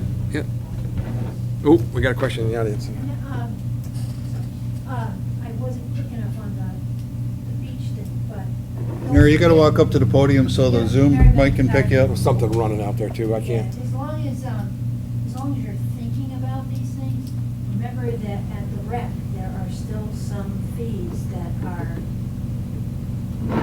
Castleton, Hubbardton, they're considered the same. So that's just something, if you're getting into the realm of fees, recreation, you should probably just consider the same thing on the programs that are out there. Then I think we're gonna ask the rec commission to review that and give us a report. Give us a recommendation. And give us a recommendation. What do you think we They're should the do? ones that change it anyway, so. Yeah. You set the fees, you tell us what you think you ought to do once you figure it out. We don't need to know tonight. So we don't, speaking for Martha, who's having a hard time hearing you because of this machinery. Mary, you gotta come up to the podium because the compressor for the trucks is running. Speaking for Martha, we're having a hard time hearing you because of the machinery, but it seems like in the new bylaws, we don't have that authority anymore to set fees, is what we're thinking. I'll have to read that. I honestly don't. It's been 3 months since we did those, so. But they're advisories. And this is something that. What? It's, again, this is a big picture, this is just a work in progress, it is, it's a growing pains. It is. The work is growing. The work is growing. We're gonna move on. We're gonna move on to the difference in the Ford F-350 for the fire department. There was I had a sheet here somewhere. Oh, here it is. The price went from whatever it used, no, I don't remember what it used to be. Right here, Dick. You want to look? Yeah, All the prices are there. It went from 51 something to 52 yeah, I something. don't see the 51. You don't have the 51, and there was in a previous packet. I saw it. I saw it in my notes here, yeah. We had it.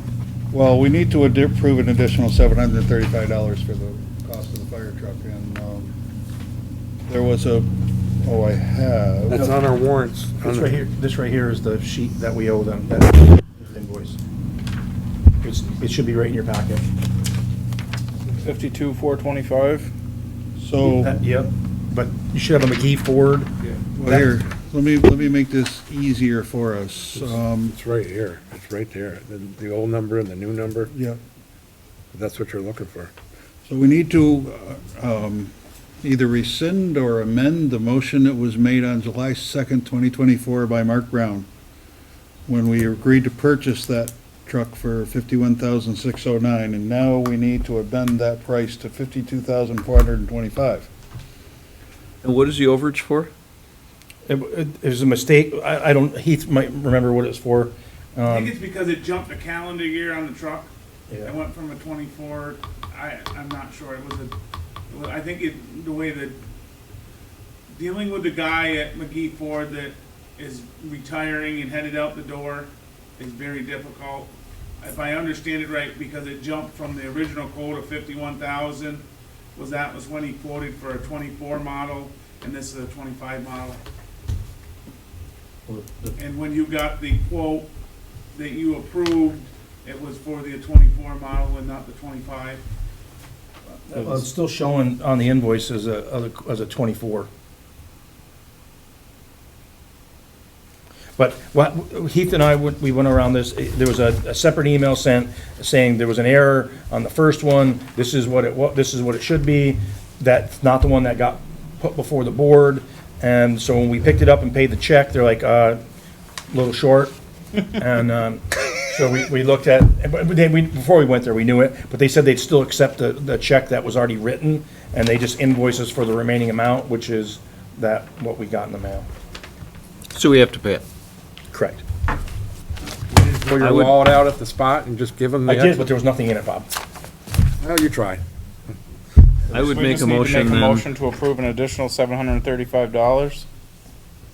I'm not sure where the 735's coming from. Because they sent us this sheet, and the price is $2,425. So if somewhere we're, 51 to 52 don't add up to $2,000. right, that's what I'm saying, it doesn't, Penny had the number in it. I'm looking at our warrants for approval on the paper here, and it says requesting board approval for the additional $735. yeah, and that's what I'm saying, that doesn't match what they sent us for an invoice. They sent us an invoice for $52,425. Yeah, but then they sent us this, is saying, here's what you owe us, the balance that you owe us. What's their number on that invoice? $2,425. It just, the math doesn't add up. Do I have that? Everybody should have, this is a little copy, it was behind the, Attached to all this other paperwork? It's right here. And it says that we owe Oh, one payment of $2,425. well, I'm sorry, we paid them $51,680, is that correct? correct. You subtract that from $52,425, do you get $735? Yeah, I believe that's what it is. We do. And, I but, didn't, I don't have my calculator out, but I trust our accounting department. I already checked it. It's exactly what it is. well, now we're doing the who's on first because, We don't know what that is. right? this is, after we paid them, this is what we got in the mail saying, here's the balance. But what they put on here, 2,000, whatever, 200 and something dollars, doesn't equal the difference between the original invoice price and the second invoice price. My understanding is we wrote them a check for $51,690, is that correct? Yes, And they sent us a bill for $52,425, is that correct? yes. But this, when we wrote the check for that 51,000 something,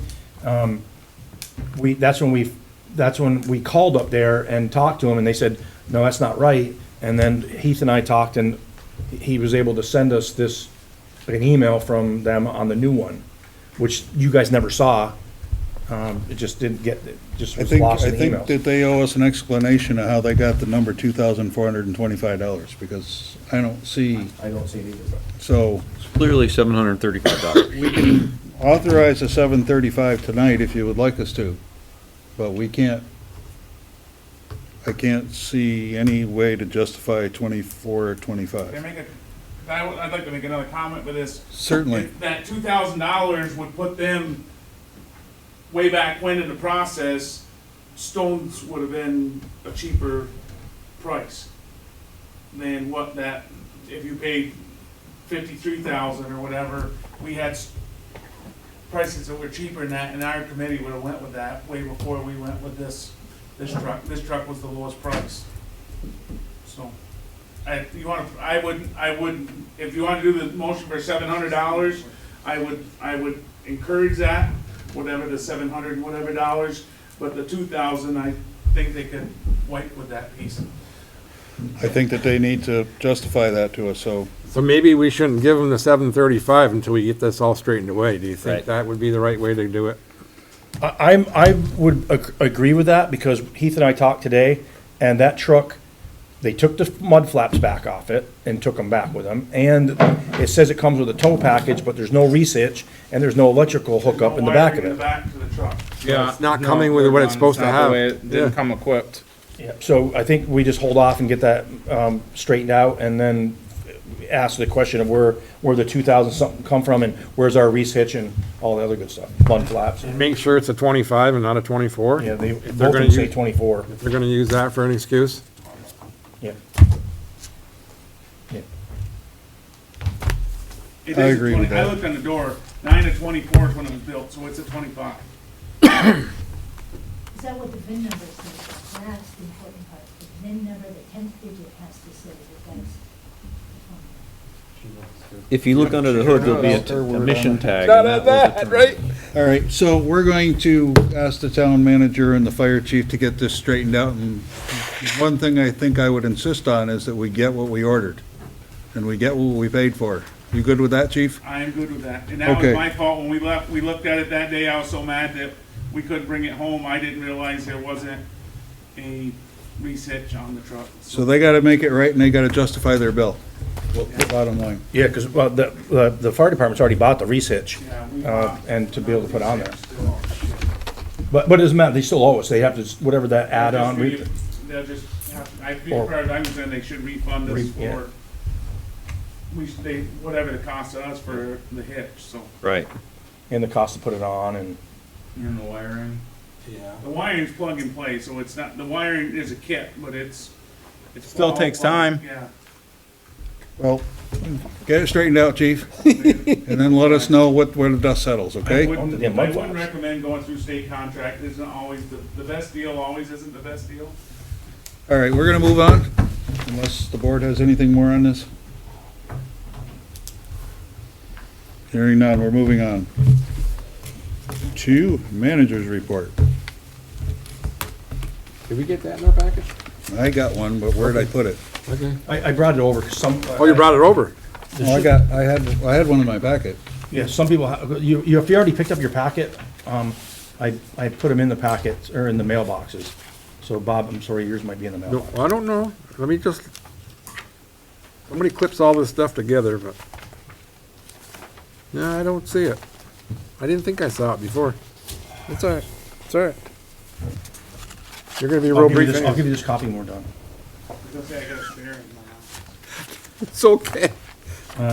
So, We can share. Yeah, I would just look at it. first thing on this was the project, the pedestrian accessibility on Main Street. At a meeting last week over at Rutland Regional Planning Commission, no, I'm sorry, it was on Thursday night at the TAC meeting, the Transportation Advisory Council meeting. I asked Ethan Peppin and Sean Barrows if they would look into this or why this money's not been released for this project. Because the longer it waits, the prices are going up. $1.2 million will not buy us what it would 2 years ago.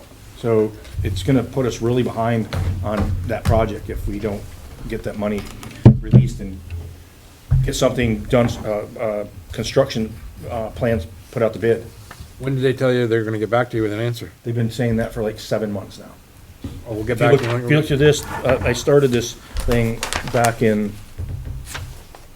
I took some of them out of there, actually. It was over a year ago. But I mean, you just met with them. 923 is one of them. You said you just met with them and you laid it on the line that you need an answer. Yeah, but When are they gonna get back to you with that answer? They don't know. They don't know. They're not the ones that, they're gonna ask for me. It's V-Trans that has holding the money. Well, this is federal monies, but it comes through the state. But this has just been going on for so long. I mean, there's some updates in here back to 2/10/23, 8/15/2022. And so I don't know what the holdup is, but it is federal dollars, but. I'm not hollering at you, I just, it's frustration. No, I'm just as frustrated as you are, Yeah. because if this has anything to do with ARPA, and the obligations have to be done by the end of this year and then committed by end of '26, and a lot of We these already- programs were funded on ARPA. If I recall correctly, we already committed ARPA, or obligated ARPA funds to this project. Yeah, there was three different sidewalk projects that were on there. It's certainly possible it's one of the projects. But there might be still one in the orange or the red there that's not.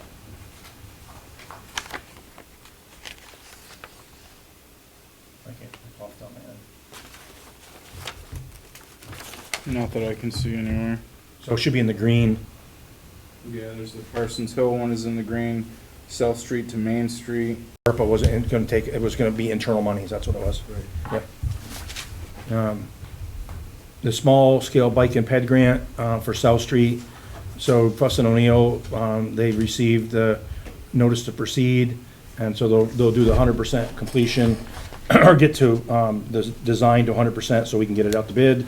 And that would be a next year project, a summer of 2025 project. We talked about the salt and sand shed already.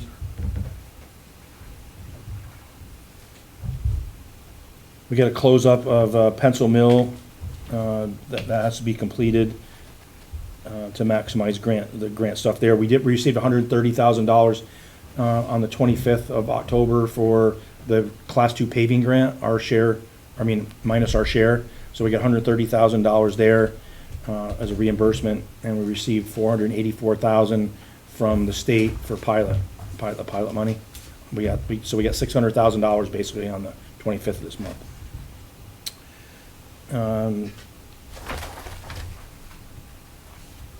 Transfer station, Heath Goyette is in the back of the room. He is now the transfer station operator. He's been on duty now for a week. And he's really committed to making the place more efficient, cleaner, getting everything into compliance. He's already reached out to Rutland County Solid Waste District and got a visit from them. He's also committed to taking the EPA test so that he can take the refrigerant from the appliances, and we don't have to wait and pay to do that and have that pile of crap down there. So he's working with a couple local people for equipment, so that we don't have big purchases on the equipment. So it'll save us money in the long run, and it will save us that pile and piles, 100+ pieces of equipment that sit there until they won't come and take the refrigerant out until there's at least 100. And I think he wanted to change that number to like 150. So, but thanks for Heath for that. He is up on, works out. We got somebody. We've got fish and we got eggs in a basket, I guess. So thanks Heath for stepping up for that.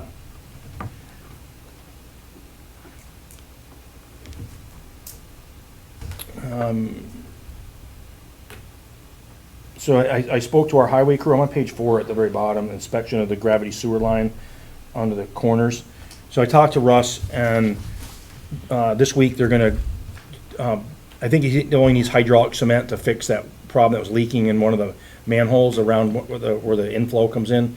So he thinks it's all he needs is the hydraulic cement for that one. The sag that the Green Mountain Pipeline found, that's gonna be a spring project. Not tearing up that place after we just tore it up for the sidewalks and stuff, so. What's the likelihood of that failing in the next 6 months? Nothing, it wasn't a break, it was just a sag in the pipe. Where's the sag, Mike? I missed. Between Patricia Lane and Castle and Corners. Oh, okay. Russ knows where it is, they measured, when they cambered it from that manhole, they know how many feet they went, so Russ knows that information. It's right underneath the sidewalk? No, it's not underneath it. Oh, okay. So, but we still have to get in there and tear up the place. Yeah.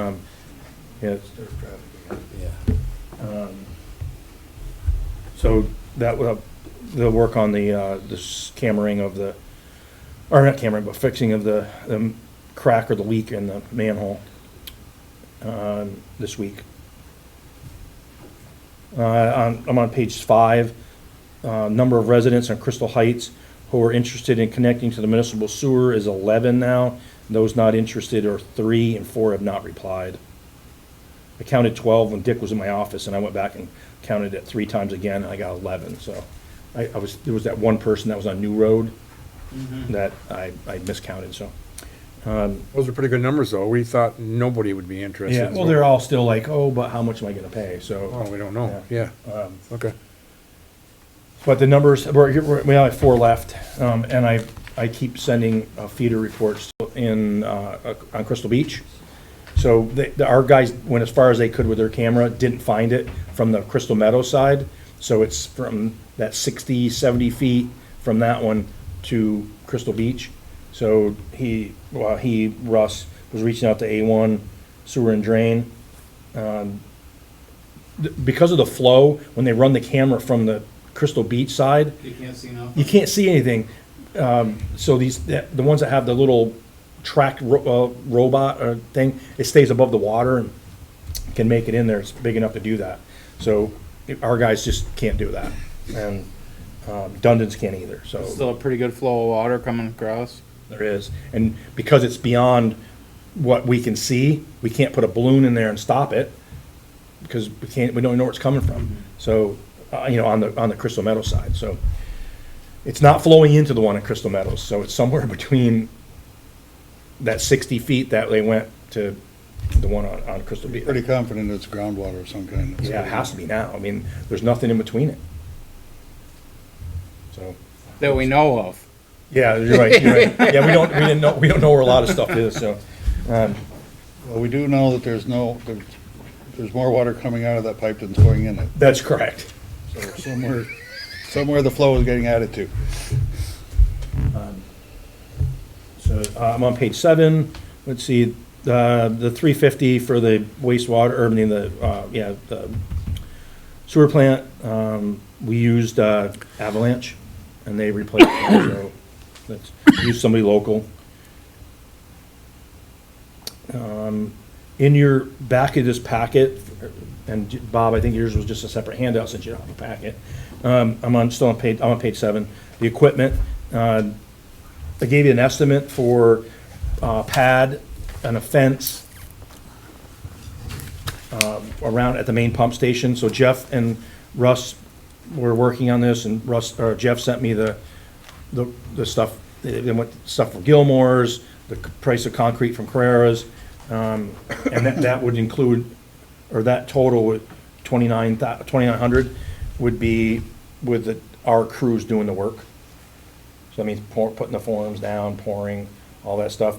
But to put a fence, put a 6-inch pad, a 6-inch thick pad and a fence around it with a gate that trailer can sit on, would be about a little less than $3,000, which is well within in our operating budget for improvements. There's like 45,000 in there, so we're pretty good there. But that's a Board of Sewer Commissioners decision, but I wanted to give it to you so you had it ahead of time.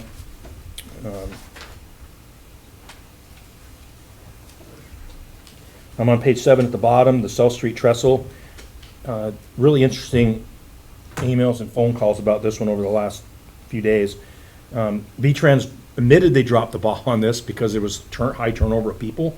And so now we have a meeting on the 3rd of November, 4th of November.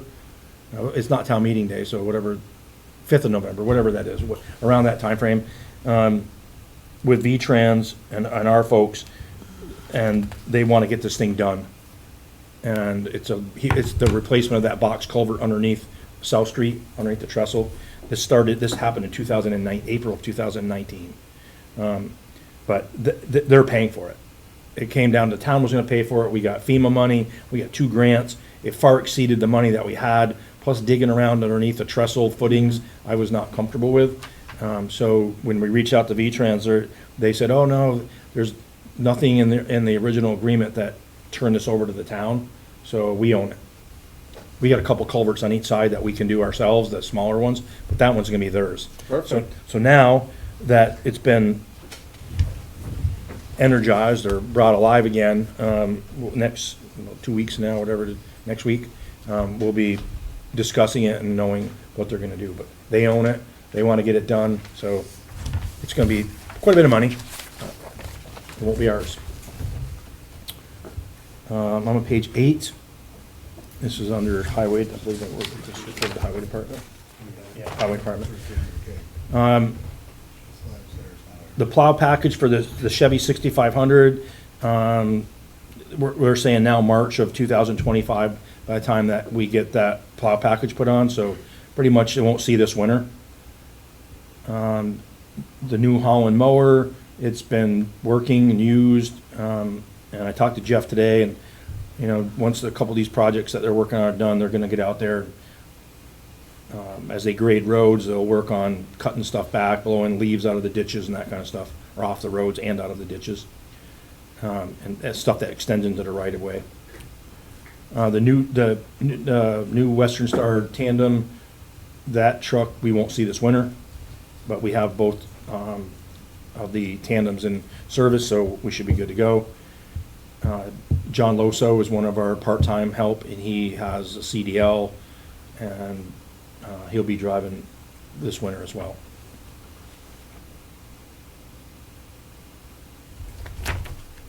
There's a note at the bottom of that, on the bottom of page 8.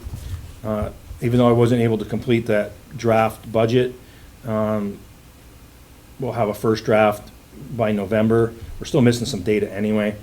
But I asked the select board to give consideration to the highway department vehicle replacement, paving replacement schedules.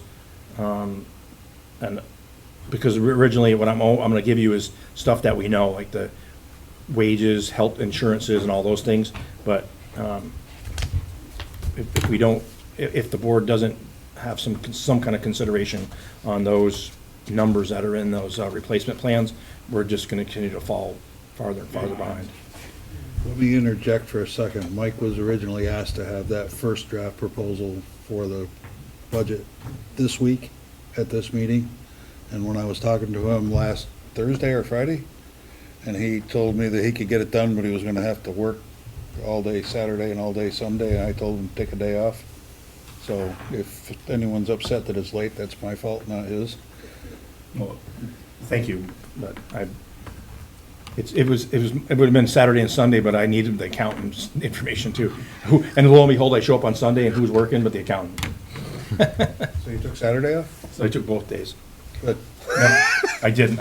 I worked both days, but on other things. The vacuuming of Main Street, of the drop inlets, I talked to Jeff, and he's got A1 scheduled for that. They don't pick up leaves, I think it was, yeah, Egan, Kevin Egan, he does, but they're busy and taking on new things, but, so I asked, Jeff came back to me actually with, to buy the leaf suction thing that goes on the back, toes behind a truck and then blows up into, you have to build a hole and where the chute goes in, and we could do it, it's like $4,600. And I said, I'll come back to the board at some point with that as we look at the budget as it gets farther. It's one of those things where if we could get those leaves out of there rather than just blowing them and then they blow back in there, it clogs up the drop inlets and it just creates more havoc, wreaks more havoc on ditches filling up and stuff like that. So the blower that goes on the trackless or on the tractor can do a lot. It's very powerful. It can blow up the ditches, but if you don't do it when all the leaves are off the trees, it just fills back up again. But that's the stuff in the spring that ends up clogging up the culverts, and then the culverts back up and wash our roads out. So it really is something that we need to pay attention to and have the right pieces of equipment to do the job. But talking with them about our roads, our streets, and getting the leaves off them, it might be worth looking in that leaf suction contraption. Fairhaven has one they tow around with a lawn tractor. I saw it. It's ingenious, but it's just not very big. But I know Jeff contacted Fairhaven's foreman and asked if they wanted to like go halvesies on one of them and maybe split the cost, but they were going to talk to their town manager and see what they thought. Something we could share.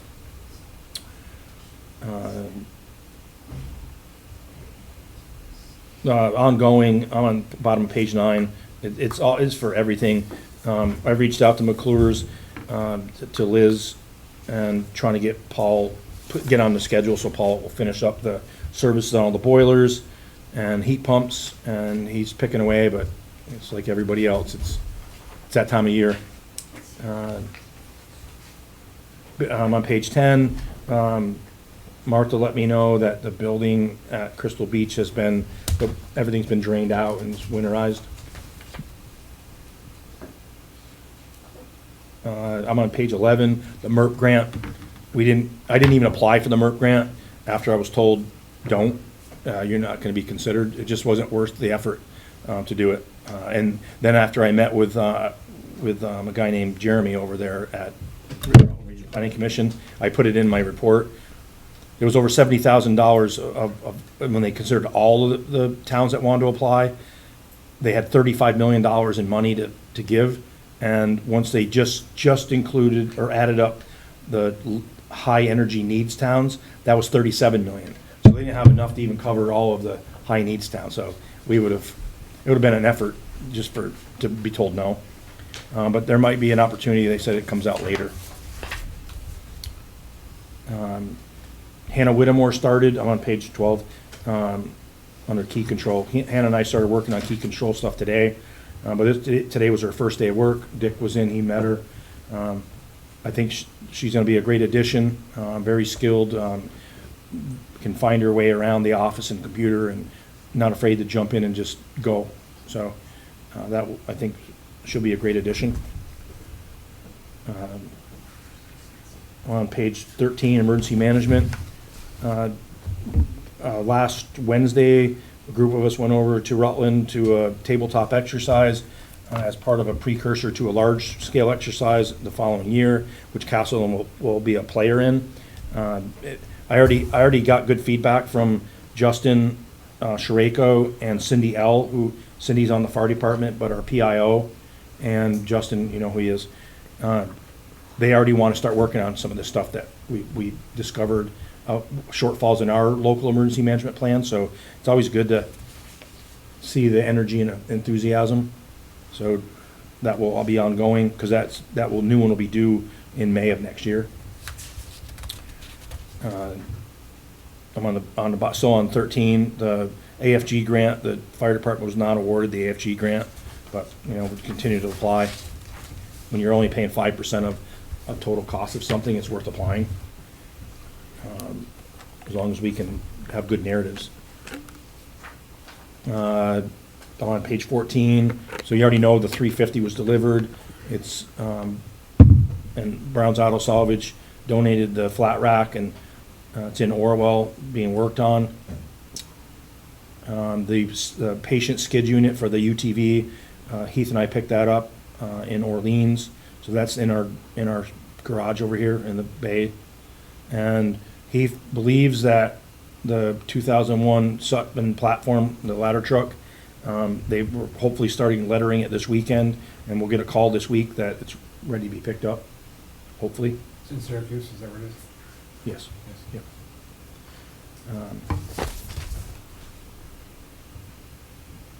Yep. I'm on page now 15, top of the page, stormwater runoff. I know these guys have been chomping at the bit. They got their, Fussin' O'Neill was awarded the village school design, and Stone Engineering, the one for West Crystal Haven. Fussin' O'Neill has their notice to proceed, but Stone Engineering they want some certain letter, and he thought we had it, and I told him I don't. And he said, well, I know people in our office have been telling us we need to get this fixed. So anyway, I'm waiting on that one to give them their notice to proceed. And the last thing, took up some time last week, hazardous trees. And Heath was in the office and heard some of this. I got a visit from Whitney Lamy, and that big old popple tree that's on their property, they're saying it's on town public lands, because that's what the town green extends out far down in that area.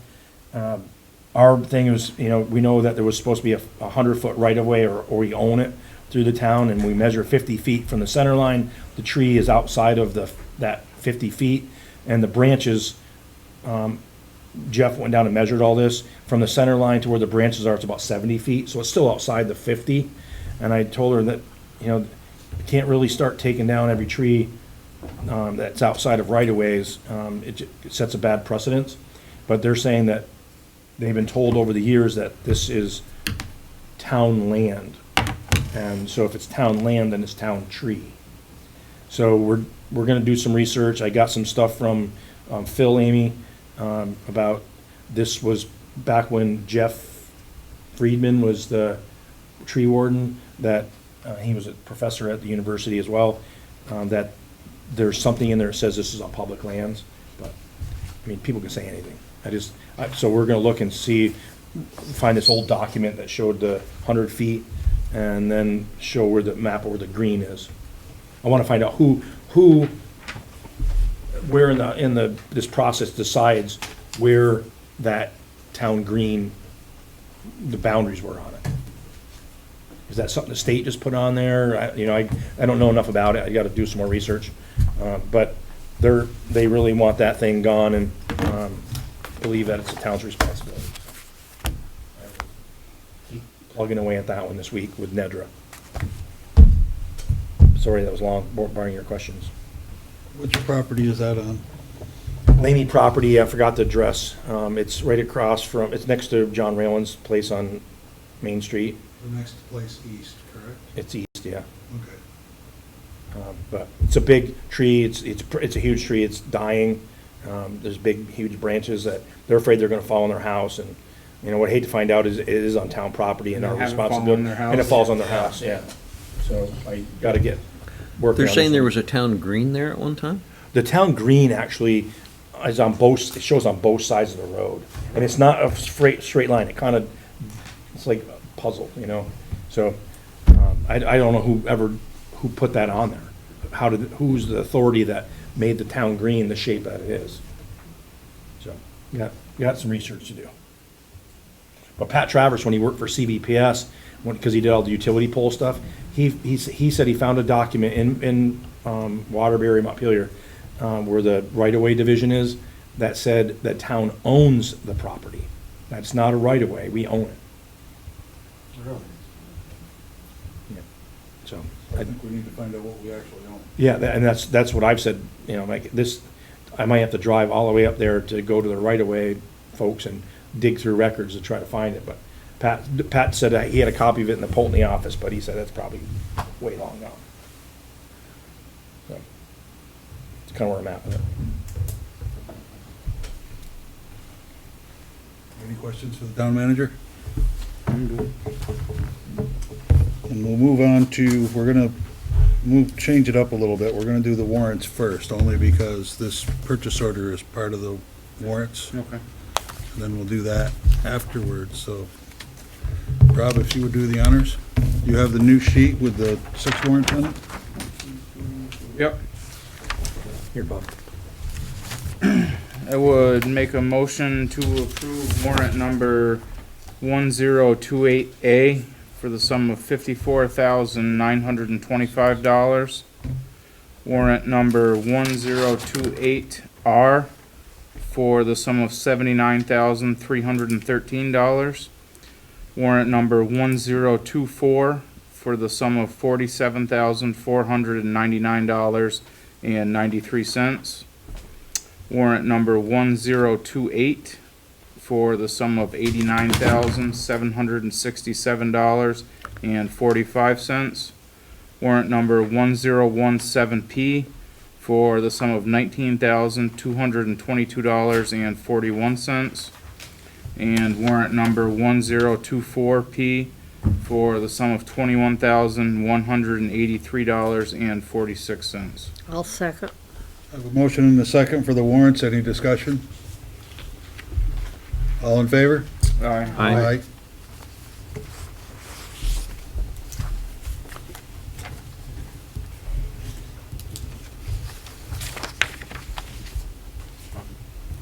Rob, if you could do the honors for this too.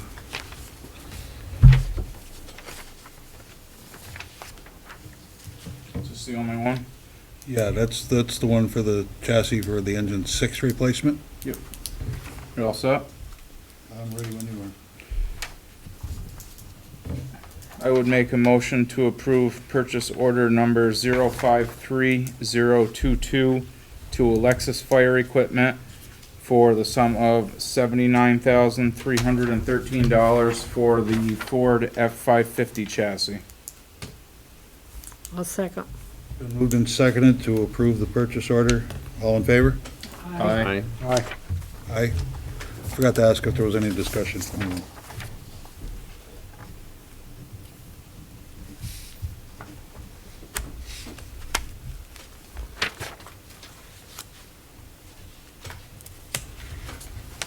I don't even know what month it is apparently.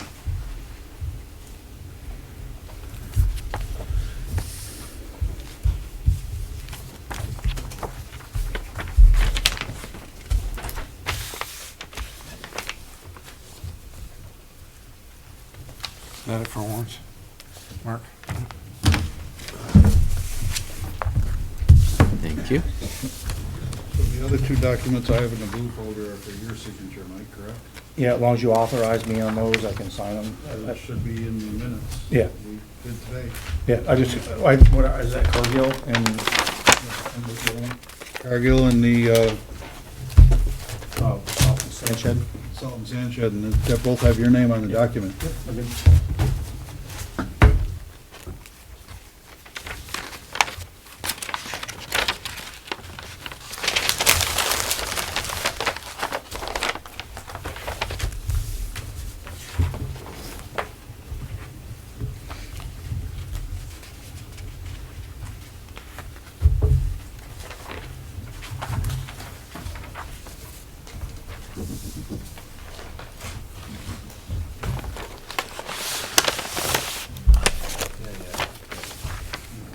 No, we don't. Do you have that one, the generator pump pad? Yeah, I have the pad, I have that, yeah. I have it here someplace. I've seen it already. Yeah, it's right here, this one here. Okay, just want to make sure. Yeah. I take it the gate's gonna open up in the end so we can pull the trailer right up, yeah. Thank you. That was a good idea, to be able to take that generator elsewhere Yeah. and not build a building around it, yeah. Good, yeah. You're confident it's properly ventilated. Yeah. The doors will have to be, with the 2 doors, there's a cross, it'll go across. But not having, when we found people been, whatever, yucking it up behind there, leaving their booze bottles and all that kind of stuff. Vandalizing it. So we don't want that to, Yeah. somebody peeing in the fuel. Yeah.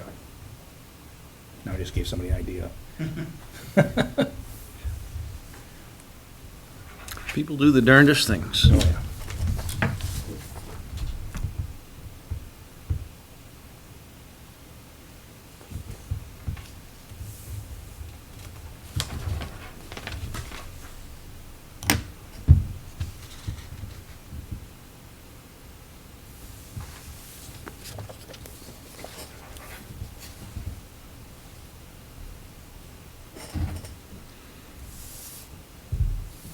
While you're signing, I just found a document about the South Street culvert that I wrote back in 2024. Perfect. Or September.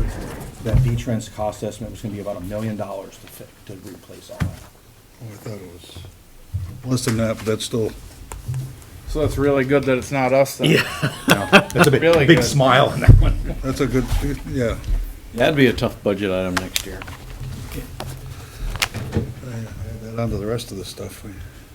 Oops, I You forgot. have that one too? Yes, I have that, yeah. This all goes to that. All right, so we're gonna move on to select board comments. Mary Lee? I heard it's time to go home. I understand. Almost. Rob? I have nothing tonight. Mark? I have a couple things. So, we had that joint meeting with the Rec Commission, Friends of Rec, Rec Director, and talked about programming at the village school. And that night at the meeting, I said to them, I certainly couldn't speak for the whole board, but that if programming moved forward in that direction, that I would really support taking the village school off the market as we are trending it towards being a rec center instead of the former village school. And I'm certainly at that point, and I'd like to see if we can have a short discussion how the rest of the board feels about that. I feel the same as you do. I think that we should have that as an agenda item. And we can do that at the next meeting. But I don't feel that we should make that decision without it being on the agenda. Sure, I agree. Yeah, I just was kind of throwing it out to see what the temperature was. You know, it seems like we've been moving in that direction, and I think that we've got a group of residents that have been really, really dedicated to achieving that goal in a realistic way.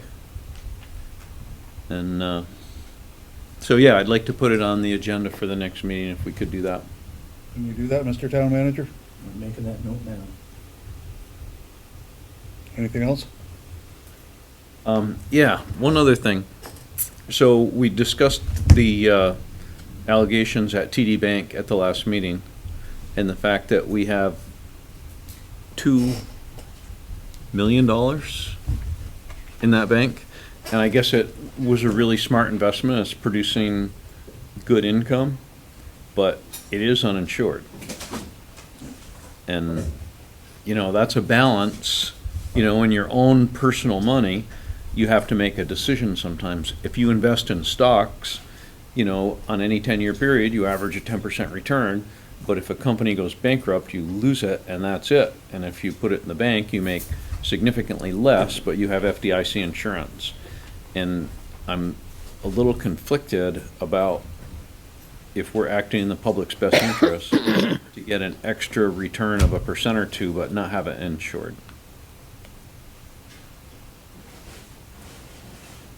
I mean, that's totally uninsured. I know we haven't seen a major bank failure in the United States in a long time. It's not losing a $10 bill in the washing machine either. Well, Mark. And this is a Canadian company. I don't know how that is affected, you know. They're not gonna be affected by it like we are. They have different rules up there. So I talked to our accountant about it, because I've been dealing with this with the accountant and the treasurer. So the treasurer's been reaching out to other banks, trying to see who will accept us, what rates we'll get.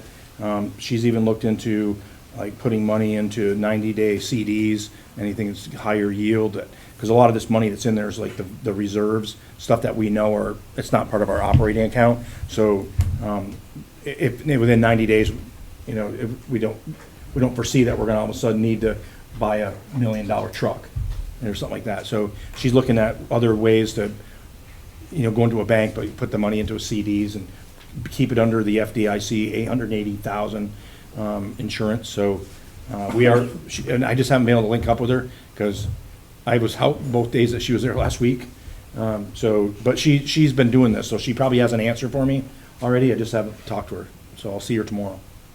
A suggestion you might want to mention to her, if you go to some place like Edward Jones' office, you know, they get a commission on it, but they sell CDs from hundreds of places. So you could go to an office like that and they would manage $2 million in CDs that were all in the, is it $250,000 insurance still for a municipality? I'm not sure. I think so. So you would have to break that up into 8 different CDs to keep it all insured. But in that one office, they can do that because they put one at A bank and one at B bank and so forth. But I know we would not, there's a good chance we wouldn't make as much money on the interest, but We don't lose, it's not a gamble either. boy, that's a big one. That's $2 million. Yeah, it's been, you know, Joe's been sweating a little bit on this one because he's the one that brought it to my attention. So I bet you that I'll 90% that when I see the treasurer tomorrow, she'll already have Something figured courses of out. action, yeah. Yeah. I just haven't been able, I didn't see her last week, so. Good. Then I feel completely confident that somebody's looking at it. Yep, we are. Don't have an exact answer yet, but That's okay. there's It courses of action being takes time, developed. takes time, as long as somebody's working on it. Anything else, Mark? No, I think I'm done before one of us falls asleep. I don't have nothing to that extreme, $2 million. I had a little thing that, up to, Crystal Beach, along the chain metal fencing. Nobody takes care of that. There's weeds like that up there. It looks like hell. Is that our responsibility or somebody else's? It would be north of the cemetery. Cemetery's there with the red railing fence. Then the chain link fence starts and it's obviously hasn't been mowed or weed whacked at all. That's ours. It's ours. We own all the way over to, into Crystal, Yeah. Crystal Okay. Haven. Crystal Haven, yeah. Is there wildflowers there? We're not taking care of that or? Might be something wild there, but it's not, it's our responsibility. Lady slippers and you can't touch them. Yeah, I got a weed whacker that'll touch them. I'll make a note and, I mean, we're gonna deal with it next year, but. Yeah, I know. I just wonder why they're ignoring that spot. That's basically all I had, Nick. Okay, I'm all set for tonight. Let's move on to action items. Anybody got anything that we need to remember to do, other than Mike's list? Then do we need an executive session? I don't need one. I'd like to ask for one. Okay, then we can have one. Okay. I'll make it as quick as I possibly can. To include the board, the town manager, and Heath Guyette. So this is personnel, real estate, or contracts? I would say Labor- contracts. It's not personnel, it's not real estate. Labor relations and contracts? No labor relations. No, it's basically contracts. That's the only category I could put it under. Okay, then would you care to make a motion? Make a motion, we go into executive session to include the board, the town manager, and Heath Guyette on contracts. I'll second At it. 9. Oh, 9:26. Yep, 9:26, okay.